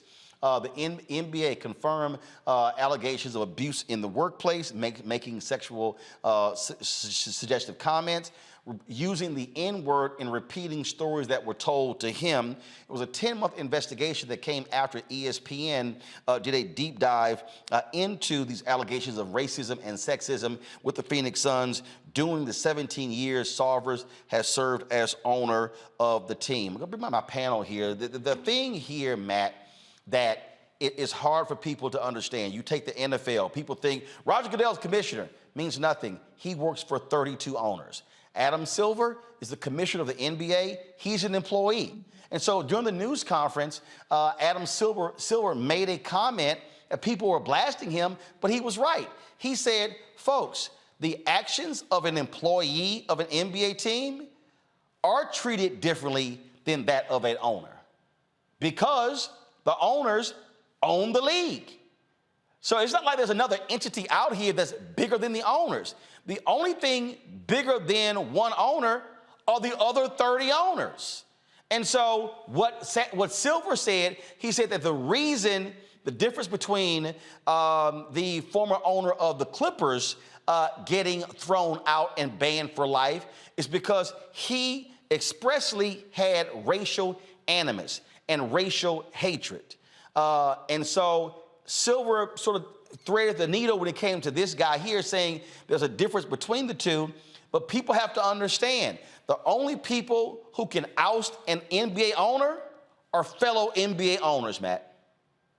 Yeah, that's what I was going to say. I mean, I don't know all of the legalities of the NBA or any professional sports organization, or league rather, but the thing that, seems to me would be the first place to start would be the bylaws or whatever governing documents that they have. And to your point, the other 31 owners would be the ones on whom the onus would fall to oust him. So, the circumstances under which that happens and how that happens, particularly as it relates to something that's frankly a private property right, as it relates to the team or your ownership in the team, I don't really know how that works. The larger issue, though, is, if you are a part of a team and you're one of the other owners, this has a huge effect on your brand, obviously. Yep. And, I know that at least one of the minority owners in terms of ownership, who I think is also what would be considered a racial minority, has said, look, I don't want this guy to be a part of the team. How you oust someone as it relates to their private property rights, I frankly don't know. But that seems to me to really be the question, is what are these other owners doing? And, what do you do in a circumstance like this where you have very credible evidence? Because they investigated in their investigation, I think they spoke to something like 70 employees or people with the Suns organization, and there's far more than smoke. There's a lot of fire there. So how do you make that an actionable thing and get him out? I'm not sure. And to that particular point here, that particular minority owner, Monique, is Jean Najafi, a Phoenix-based private equity investor. He released an open letter. Go to my iPad, folks. He released an open letter to the Suns employees and players denouncing his conduct and calling on Sarver to resign as the managing partner of the team. This is what he said in his letter. I cannot, in good judgment, sit back and allow our children and future generations of fans to think think that this behavior is tolerated because of wealth and privilege. Therefore, in accordance with my commitment to helping eradicate any form of racism, sexism, and bias, as vice chairman of the Phoenix Suns, I am calling for the resignation of Robert Sarver. While I have no interest in becoming the managing partner, I will work tirelessly to ensure that the next team steward treats all stakeholders with dignity, professionalism, and respect. I said that only the owners can fire him. I'll add a caveat to that, Monique. Sponsors can also apply the pressure. Enough sponsors say, we ain't spending money. And I'm talking about, and people don't understand, there are sponsors who directly support the teams, but then you have league-wide sponsors. If enough, your PayPal's already come out. If all of a sudden, over the next 2, 3, 4, 5 days, more sponsors start pulling money, homie's gone. Yeah, and I agree with everything Councilor Manning said. Matt, you threw me a little bit when you said, very rightly so, that a team is like personal property, because unfortunately I think that's the way the owners view the athletes that play on the teams. But in everything that you said at the beginning, Roland, when you talked about PayPal not wanting their logo to be shown, that is the avenue. It's the same thing that Attorney Crump says about the way he handles these wrongful death cases. It has to become unprofitable to continue. That is the only surefire way that an owner will save himself or herself by stepping down and removing, because too much money is being lost. But PayPal cannot just do it for that team. Nike could do it whenever that team goes and plays another team. Coca-Cola can do it. It can become league-wide such that that one team is, just like an albatross around the neck that nobody even wants to have in their house, nobody wants to play against, because it starts costing the entire league money. Yep. The owners will take issue with that. And Sarver will take issue with that. He doesn't own the team for yucks and giggles. He owns it to make money. Xavier, this is from the story as well. The league's investigation found that Sarver used the N-word at least 5 times when relaying statements from black people, to have demeaned and bullied female employees, and to have made inappropriate physical contact with male employees. When we say banned, he literally cannot be at the facility. He cannot attend any games. He cannot represent the Phoenix Suns as an NBA governor. That's what they now call them. They now changed their name. They don't call them owners. They call them governors. And he cannot have any contact whatsoever. But you're seeing the pressure being applied. And keep in mind, what happened with the LA Clippers when their racist owner, Donald Sterling, when he was kicked out, it really was the players driving that. Adam Silver saw what was happening, and they were in the middle of the playoffs. The players were moving forward, but a revolt was about to happen. If Adam Silver did not move against Donald Sterling the way he did, you literally could have had players saying, "We're not showing up for playoff games." And so when the announcement was made, a lot of people thought he was going to do what he did with Sarver, year suspension. Folks were shocked that he went all the way and said no. He was forced to sell the team and was barred from ever owning a team. And Donald Sterling cannot step foot in any NBA arena as a result. I think what you're going to see here, don't be surprised, Xavier, if you see this thing pick up. For Tamika to be that aggressive as executive director of the NBA Players Association, I think that's going to be the next wave. That combined with sponsors pulling money, Sarver's going to have to read the writing on the wall and realize he is in no position to fight it. Donald Sterling isn't crying right now, Roland, by the way. He walked away with over $2 billion. Oh, yeah, absolutely. And the second thing is, remember what turned the tide in that Sterling situation was that there was recording so that you could hear the ugliness of Donald Sterling. Right. And there were also rumors about how he treated players, and that was witnessed by other players. And so in this situation, you showed the graphic of what happened. To the average fan, okay, a couple of blurbs about how he treated people isn't necessarily enough to move the needle. And I think if there was some sort of recording, some sort of video about how ugly his actions were, maybe some outpouring of lawsuits where there was some sort of discovery that we find out a little bit more about this, there would be something, but there isn't something there. And that, even though his behavior might have been worse than Sterling himself, but we also, Roland, this is 2013.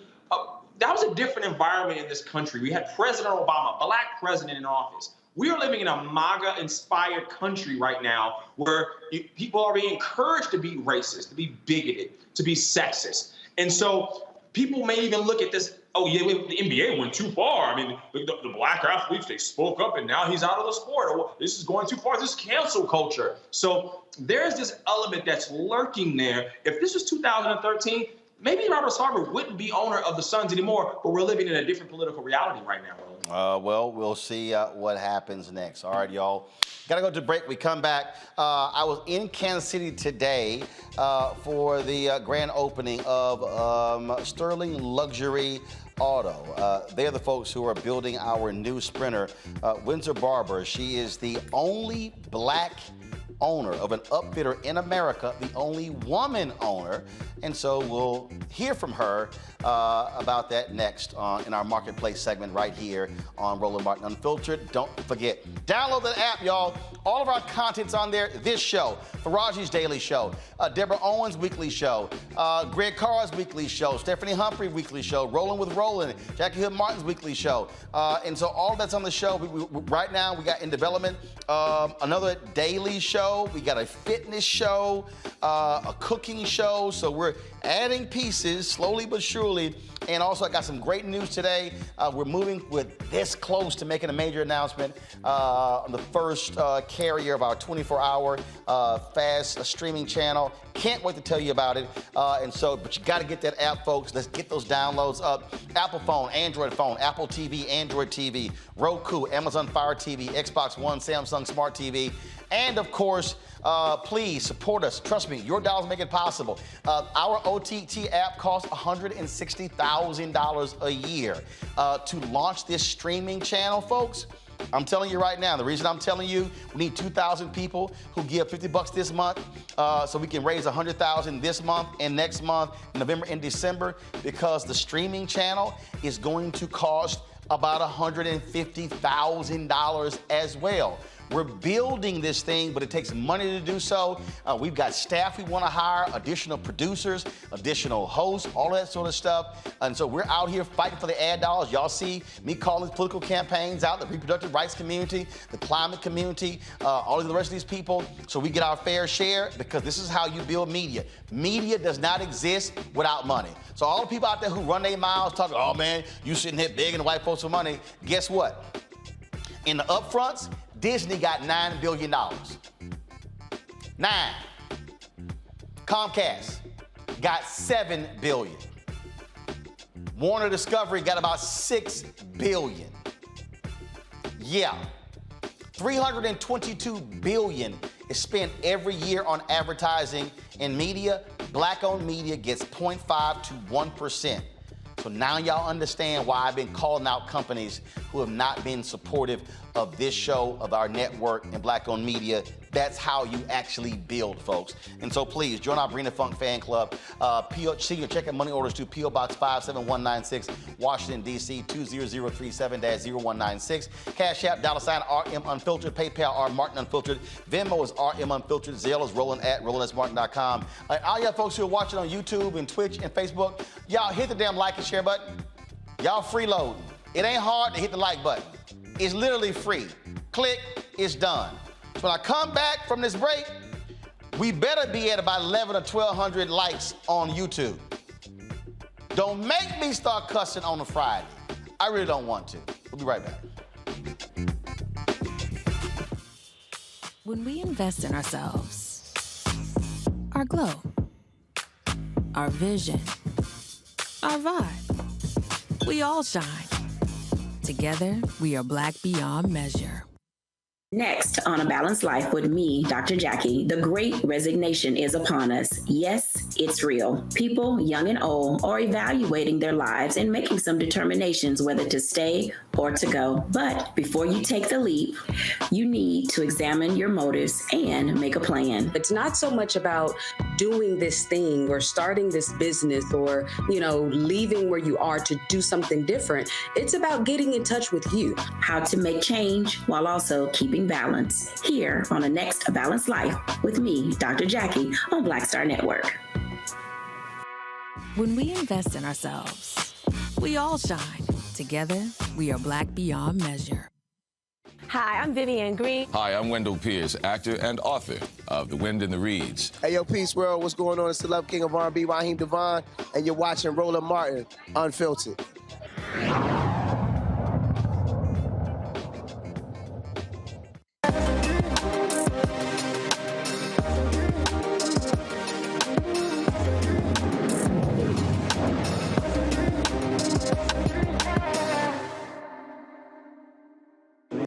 Let us pray. Our Father God, we come this morning thanking you for your grace, mercy, and loving kindness. We come thanking you for Sterling's luxury. And Lord, thank you for all of the things that they're going to be doing, all the automobiles that we fix.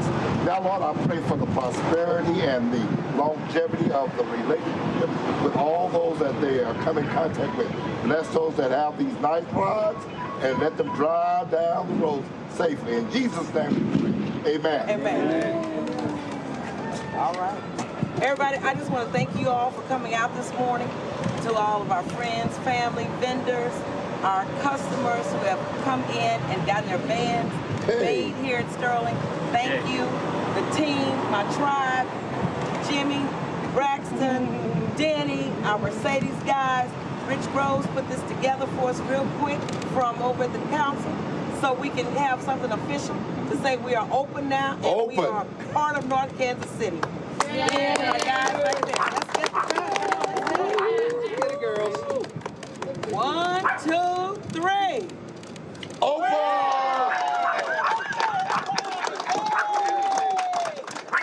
right. Okay.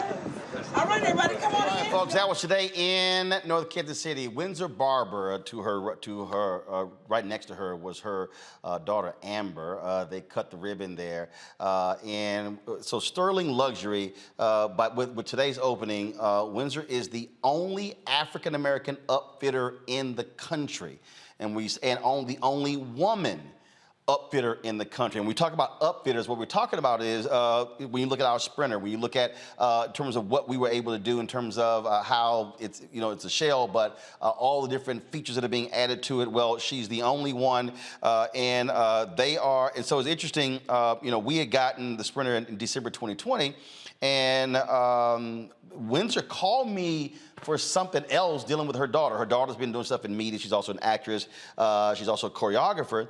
And while we were talking, I mentioned something about the Sprinter, and Windsor said, Roland, we're the only ones. And I was like, Windsor, I had no idea. And y'all, I've known Windsor for years, more than 20 plus years when I lived in Dallas. And she took over this business.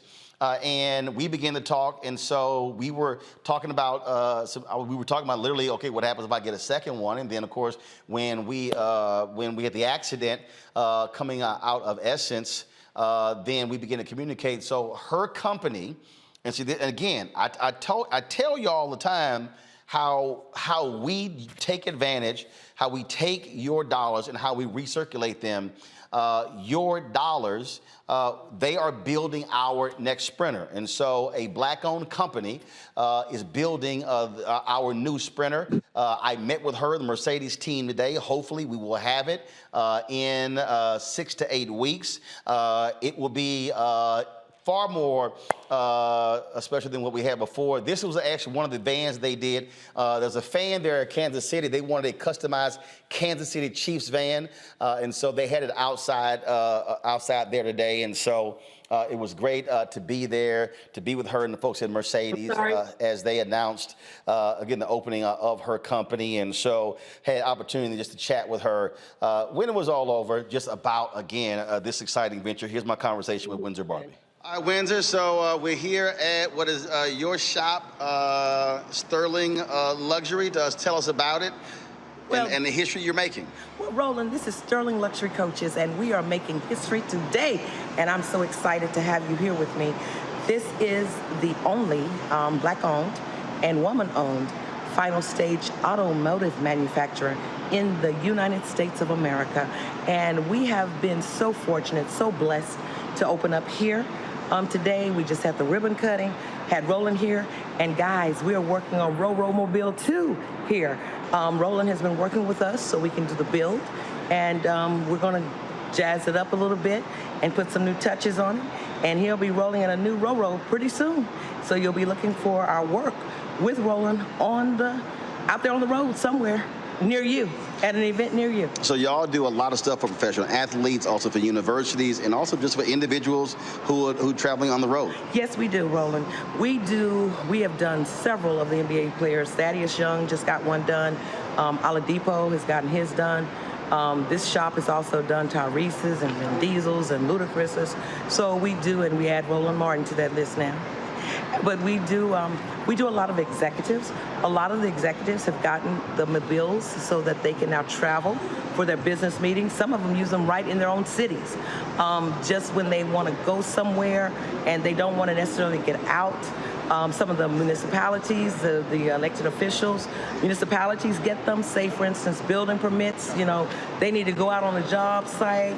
It helps them move faster, more efficiently, and they're effectively moving. So we're doing everything. Mobility, sports teams. We've got the Denison University van here, just finished University of Missouri, University of Virginia, Virginia Tech. All those vans are already out there on the road. We just shipped out University of Virginia a few weeks ago and the University of Missouri. So if you've got a sports team, my HBCUs, if you're trying to get your basketball teams, your golf teams, your tennis teams, gymnastics fists, you need to get one. And then your teams are traveling safely and they're getting from point A to point B, and they're doing and they do it comfortably.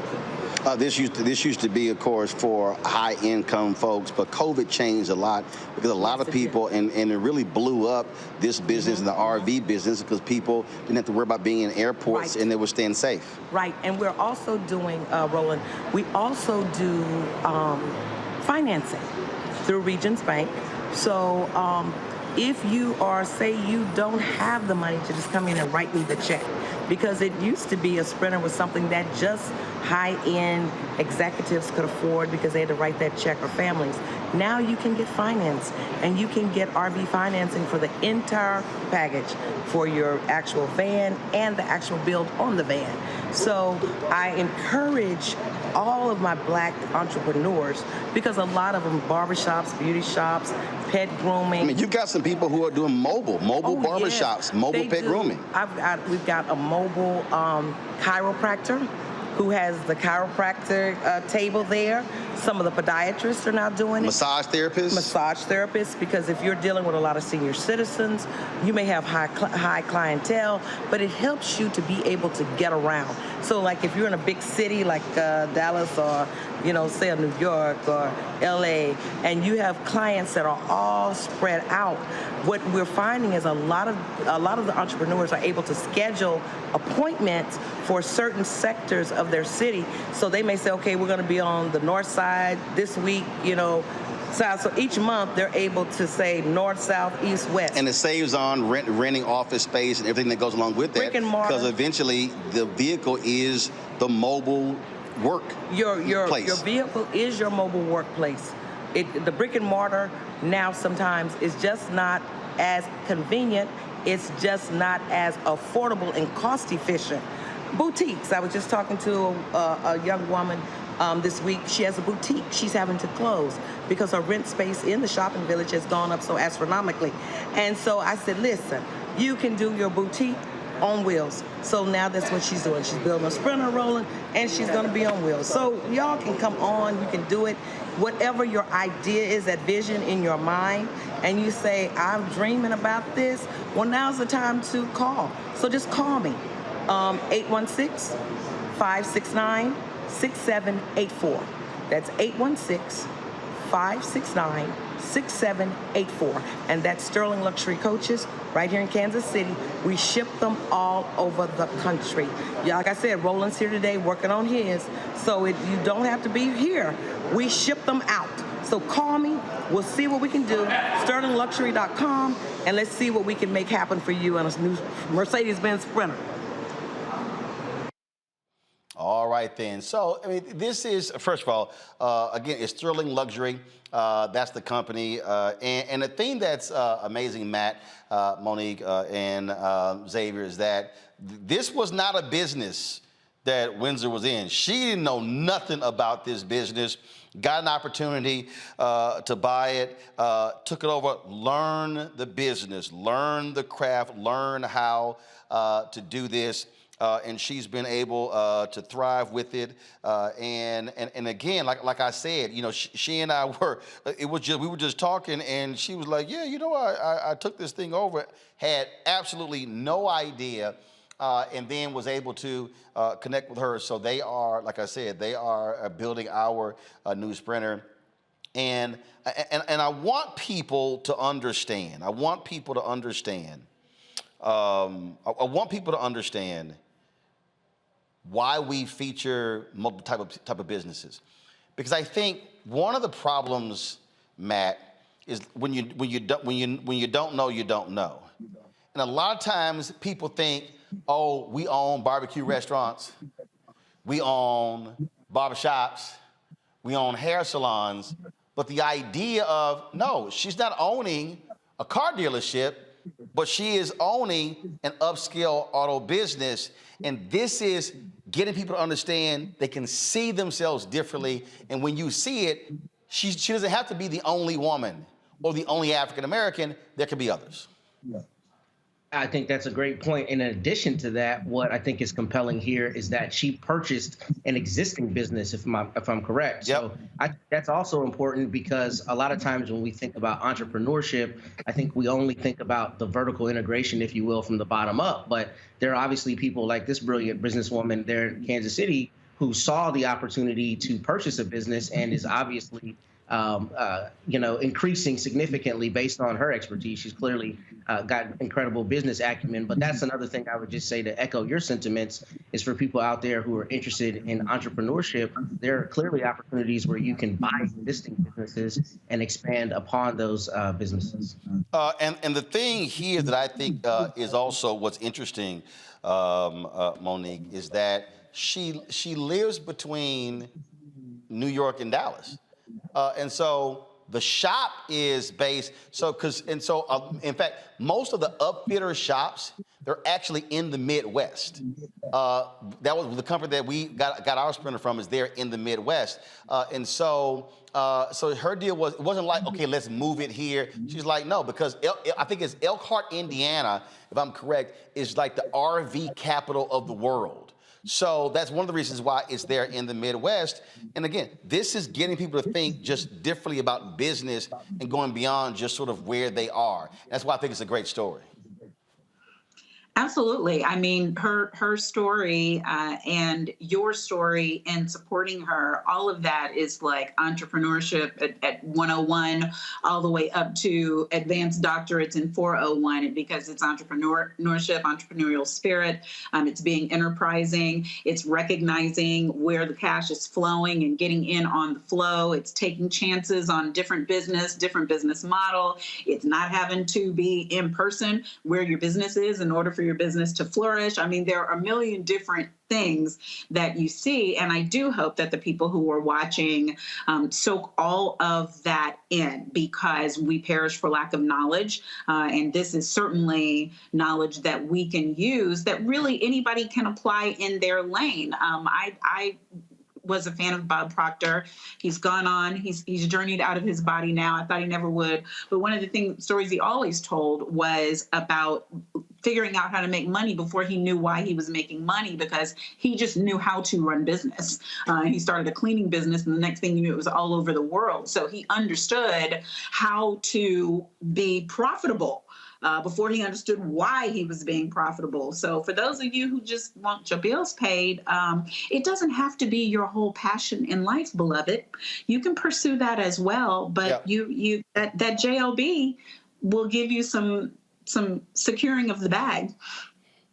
Xavier, this is when we were in Tulsa, we were live streaming one of the marches here, and this was one of the videos we put together. And I was having this conversation with the folks at Mercedes as well as Windsor, because when we sat down, we were going over how we use the vehicle. And we use the Sprinter totally different than how other people do it, because we use it as a live truck, as a broadcast facility. And so it was really interesting talking with them. So as she and I were going over what we're going to have in Roll-Mobile 2.0, it was what we learned, what was missing, and how we use the vehicle. And again, what was great for me is, and I have no problem saying it, folks, understand, that cost us $195,000. And so for us being able to take our resources and now working with a Black-owned upfitter, this again is another example of us utilizing Black-owned drape company, lighting company, set designer, Black-owned engineers, all of that in terms of being able to take the Black dollar and now being able to spread it. As I always say, we all can eat.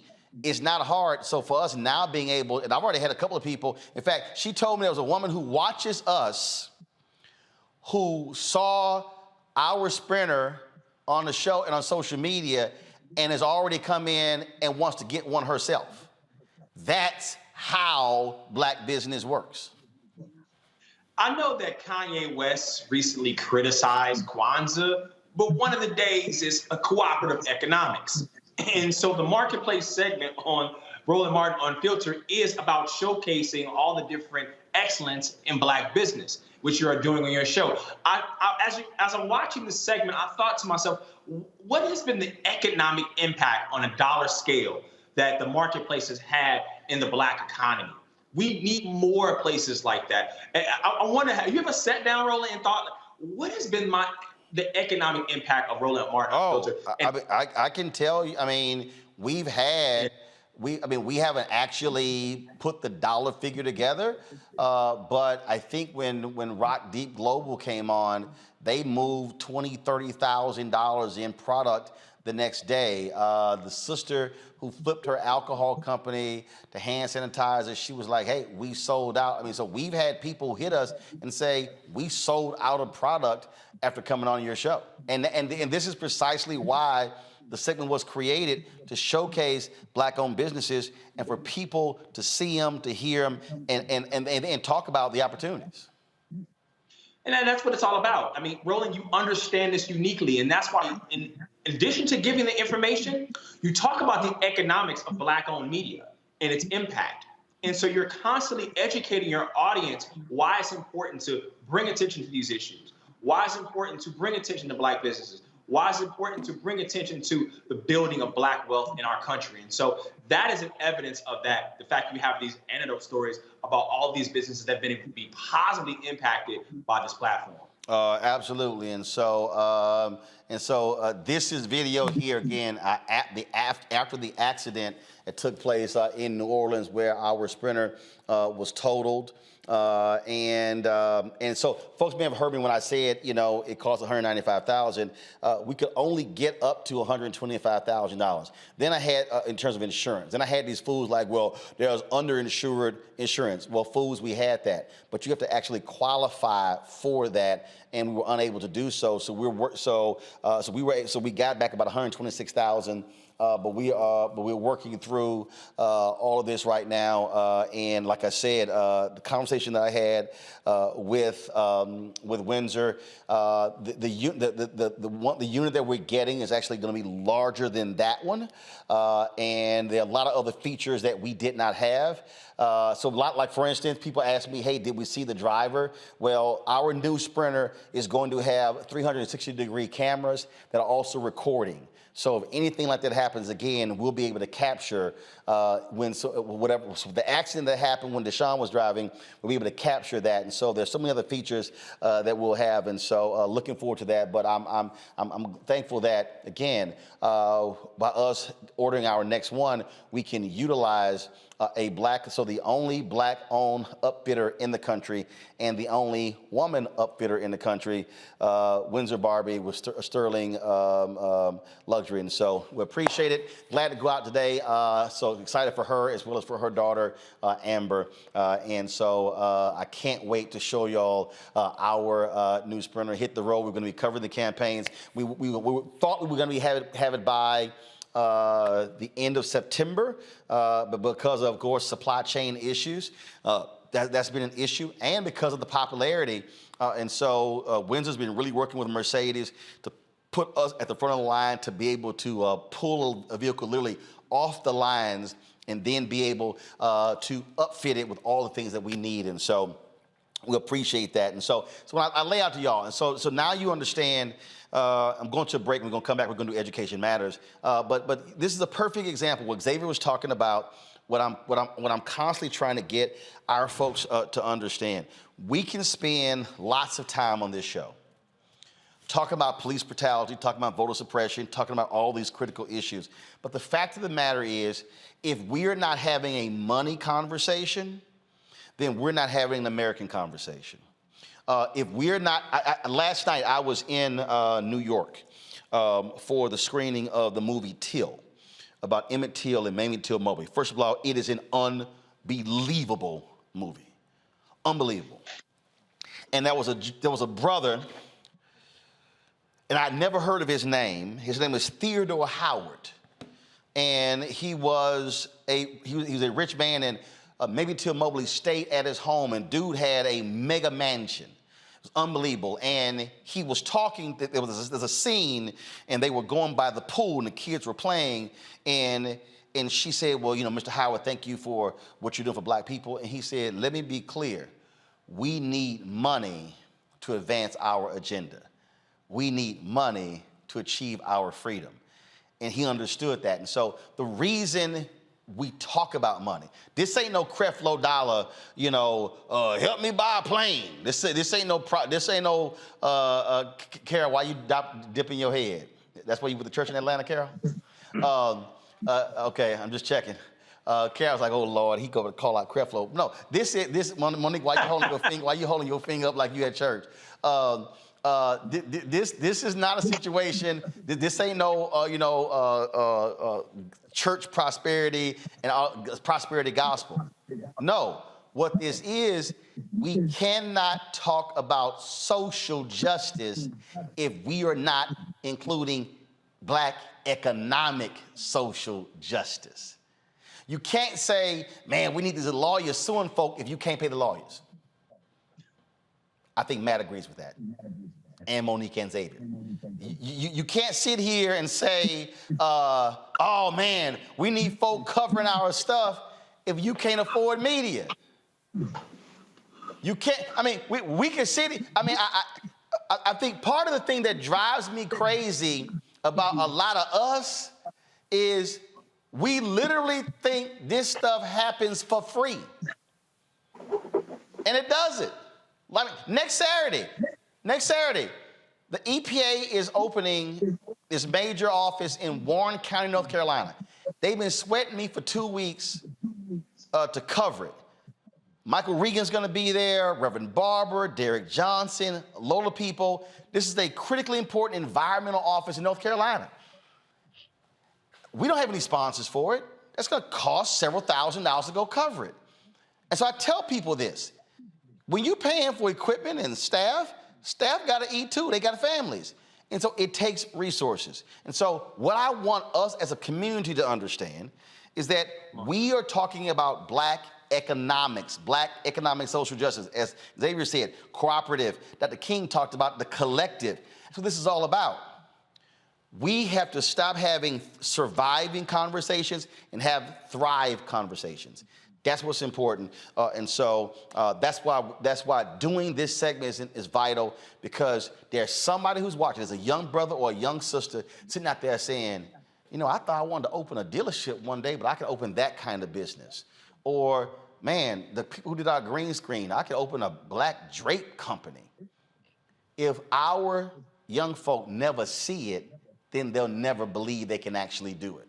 And so that's why it's important. All right, real quick break. When we come back, Education Matters right here in Roland Martin Unfiltered on the Black Star Network. Don't forget, help us, join our fan club. Talk about money. Again, your dollars matter. P.O. Box. See, check out money orders to P.O. Box 57196, Washington, D.C. 20037-0196. Cash App, $RM Unfiltered. PayPal is R Martin Unfiltered. Venmo is RM Unfiltered. Zelle, Roland at RolandSMartin.com. Roland at RolandMartinUnfiltered.com. We'll be right back.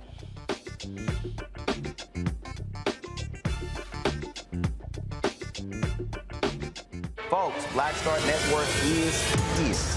Hold no punches! I'm real revolutionary right now. Support this man, Black Media. He makes sure that our stories are told.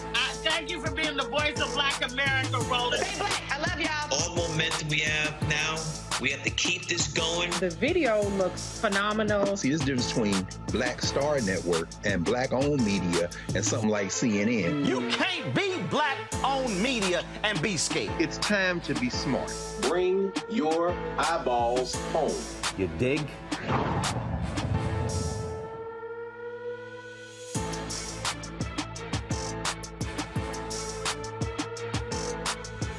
Hey, I'm Cupid, the maker of the Cupid Shuffle and the Wham Dance. What's going on? This is Tobias Trevelyan. And if you're ready, you are listening to and you are watching Roland Martin Unfiltered.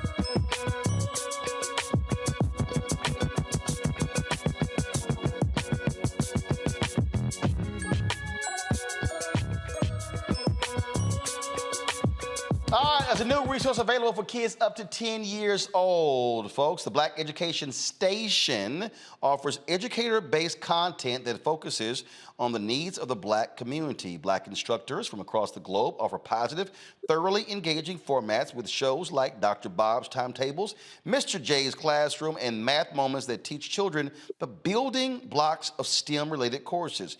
Nancy Marie Gilliam, the spokesperson and creator acquisitions of the Black Education, joins me from Philadelphia. How you doing? I am fine. Thank you for having us. All right, so where does this idea come from? So during the pandemic and all the social unrest that happened during 2020, there was an affluent Black family that was concerned about what was going to happen to our children educationally with all the things that were going on in the nation. So they decided to pool their resources and to create this first ever streaming platform that was dedicated to the educational needs of our Black children to ensure that there was a place for them to be able to acquire quality educational content to bridge any gaps that these situations that we're facing would create. All right, so where's it streaming? Is it an OTT channel? Is it on YouTube? Where's it streaming? We're available on Apple TV, Roku TV, anywhere you stream, Black Education Station is and will be available. So that's the name of the app, Black Education Station? Yes. Okay, got it. And in terms of how many different shows do you have? Oh, we have a variety of shows. We have educational content that has actually been created by some of our children. So we have a Kidpreneur series where two youth, Jabez and Christopher Jenkins, they actually interview youth entrepreneurs. We have Ava, the STEM princess, who does all kinds of STEM research and shows kids how to do experiments. We also have reading contents where authors of Black books come on and read their books for the children. We take children on an HBCU tour where students at HBCUs actually take the children on a tour of the campus virtually to show them what the HBCU life is like. We have another series called My Career, where it's Career Day, and we interview different people to show children the different options that they have as far as choosing a career. So we offer a plethora of educational content that is designed to develop the whole child. Because, right now, there's no holistic education going on in the education system because that's not what the education system was designed for. The education system, as it stands right now, is designed to create people who don't think for themselves, who can be easily made into slaves. So you have people who go from school to school to school, and then they take all their creativity, all their talent, all their ability, and they pour that into somebody else's vision. And at the end of 30, 40 years, they come away with a gold watch, thank you, and their dreams and vision shattered. So we want to end that cycle. Wow. And show children that they can do and what they can do and how they can do it. That's awesome. Let's go to my panel for questions. I'll start with, let's see here. Monique. Yes, the one with kids who's really excited about this. Congratulations. I don't know. Analysts may have children as well. I was just excited to see this and excited to see all of the color of the children. Because, using Black children and things these days is offensive, apparently. Yes. Why? Shame on them. I wonder, wow. We exist. But what methods can we use, like for children who are, and I don't even know if this is what you do, but I'm going to ask anyway because I have teenagers, to carry on the engagement that you're getting with the offerings that you have now that are geared toward younger ages? Well, eventually we do intend to expand our programming to include middle and high school students. Because we are brand new, we decided that we were going to just encapsulate the initial content just to that age range until we can get our footing, get a following, and then we'll be able to expand the content to include those age groups. But for right now, I would just engage them. I mean, there's stuff when even though we say it stops at 10th grade, you'd be surprised.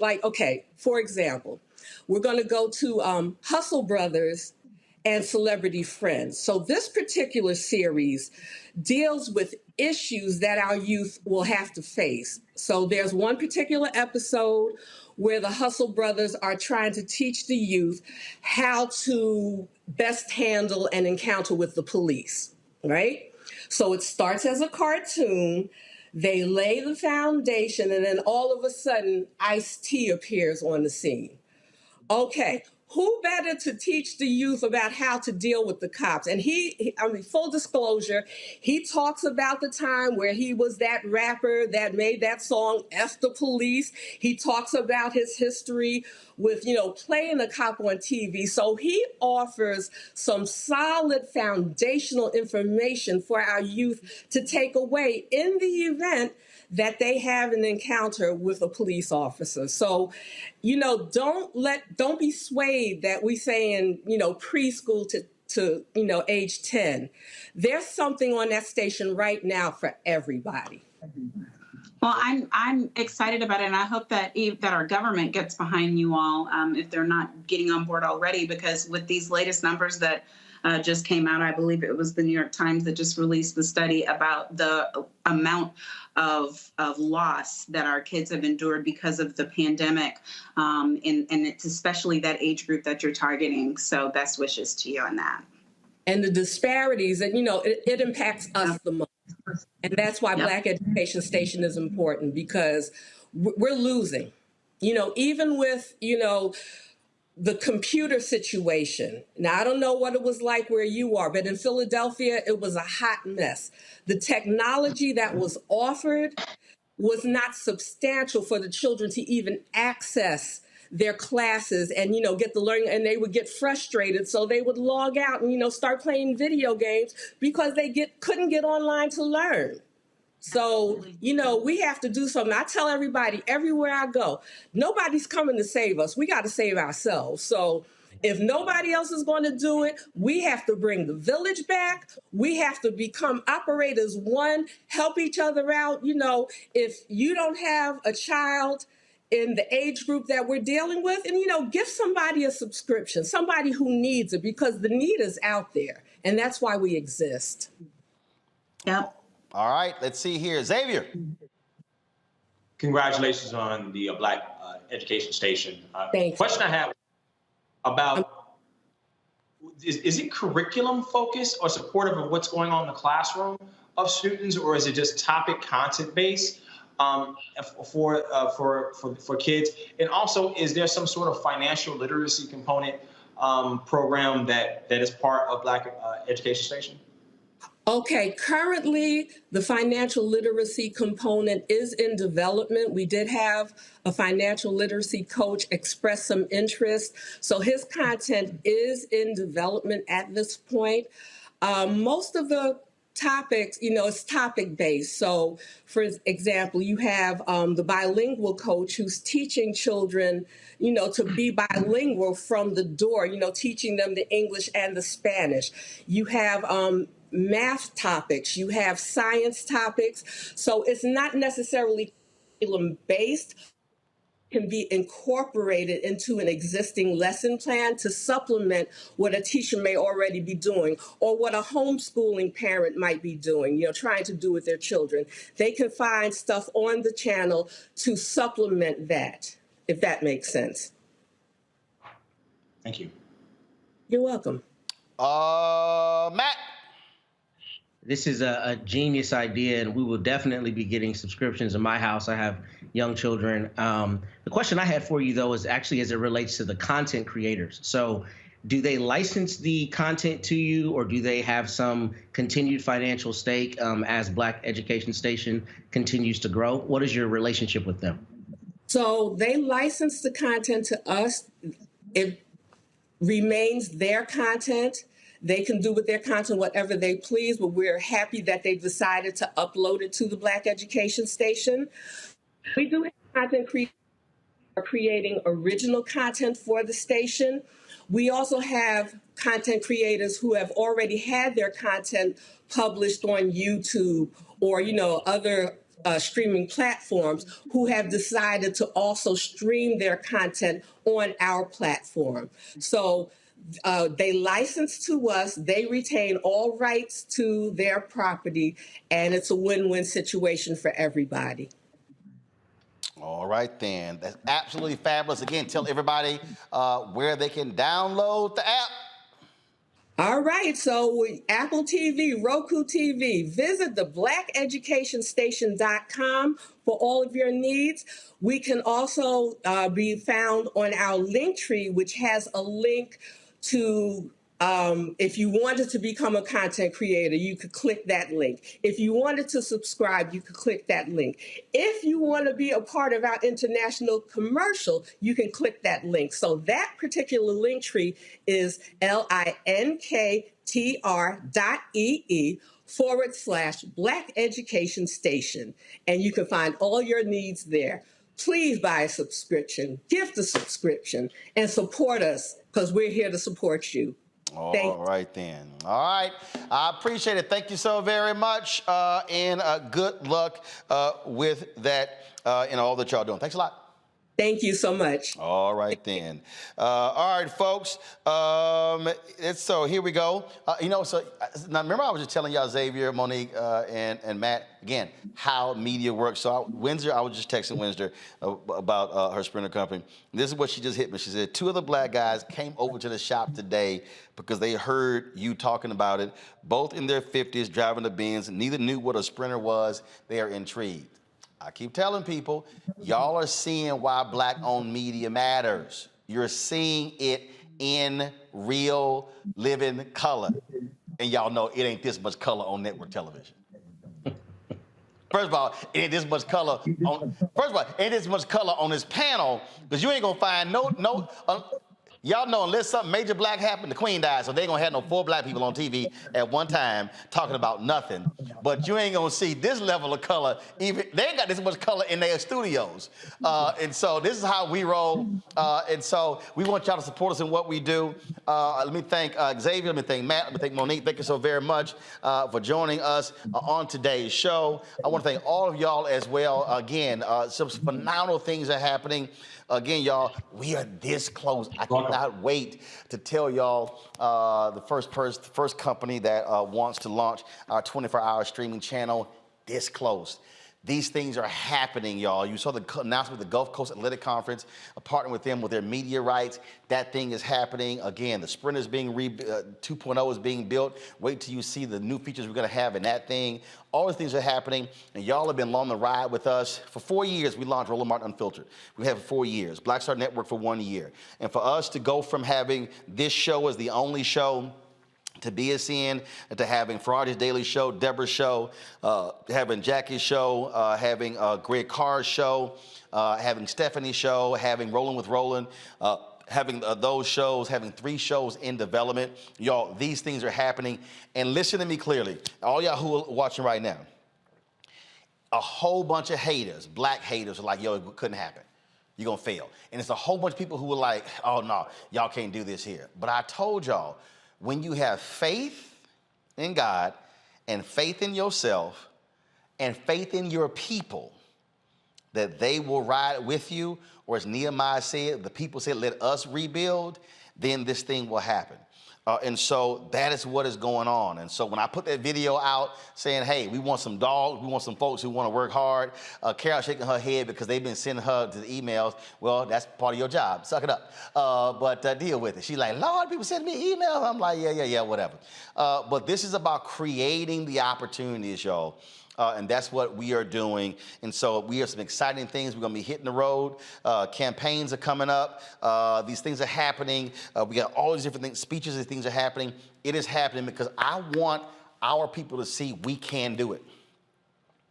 I want our people to understand that we do not have to live and operate by white validation. What I mean by that is that we have to go ask somebody else, can you please cover our story? Okay? I got no issue with mainstream. I don't. I'm going to be on Tiffany Cross show tomorrow. I'm cool with that. I'm fine with that. But we also have to have a place we control, we own, and we dictate what we cover. Do y'all understand what y'all saw this week?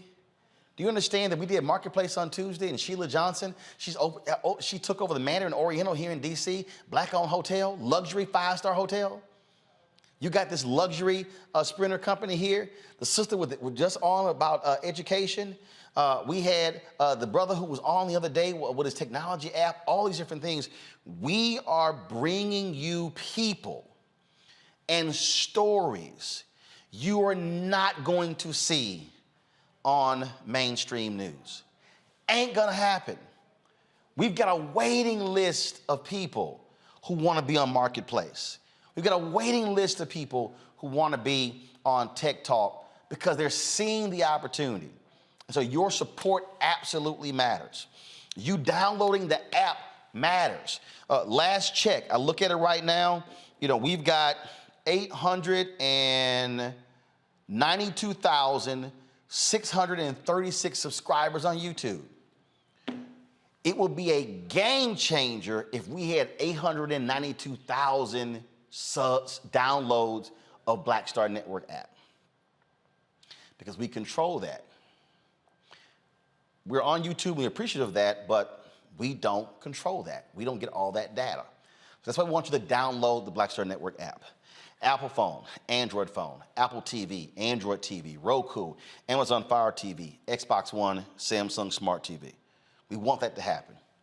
We also want you to join our Bring the Funk fan club. I cannot overstate this, y'all. I cannot overstate this. We have to raise $100,000 a month in September, in October, in November, in December, because we are behind.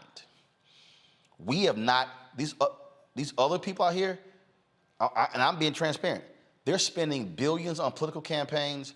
We've only gotten $25,000, and that's from our DNC buy, which we appreciate. That's it. That's it. Other companies, they've already put in their budgets to get several million dollars. We haven't. So that's why we do what we do. So if 2,000 people give an average of $50 each, we hit our $100,000 goal. That's, y'all, that's $4.19 a month, 13 cents a day.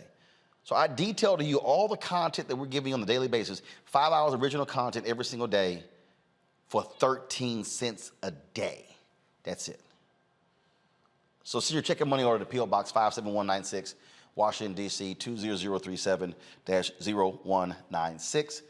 Cash App is $RM Unfiltered. PayPal is R Martin Unfiltered. Venmo is RM Unfiltered. Zelle is Roland at RolandSMartin.com. Roland at RolandMartinUnfiltered.com. These are the folks who have given during the show: Julius Badger, Jaquita Wallace, Joan Warren, Tommy Williams, Paula Gallon, Kim, Esther, Prophet, Clifford Jones, Carl Fordyce, Angelique Jackson, Mike, Montre Jones, Hope Freeland, Dara Smith, Rock Brown, Catherine Fuqua, Dominique Gross, Maria Diane Smith, Madi L, Linda Woolbright, Victoria Martin, Desmond Smith, Priscilla Smith.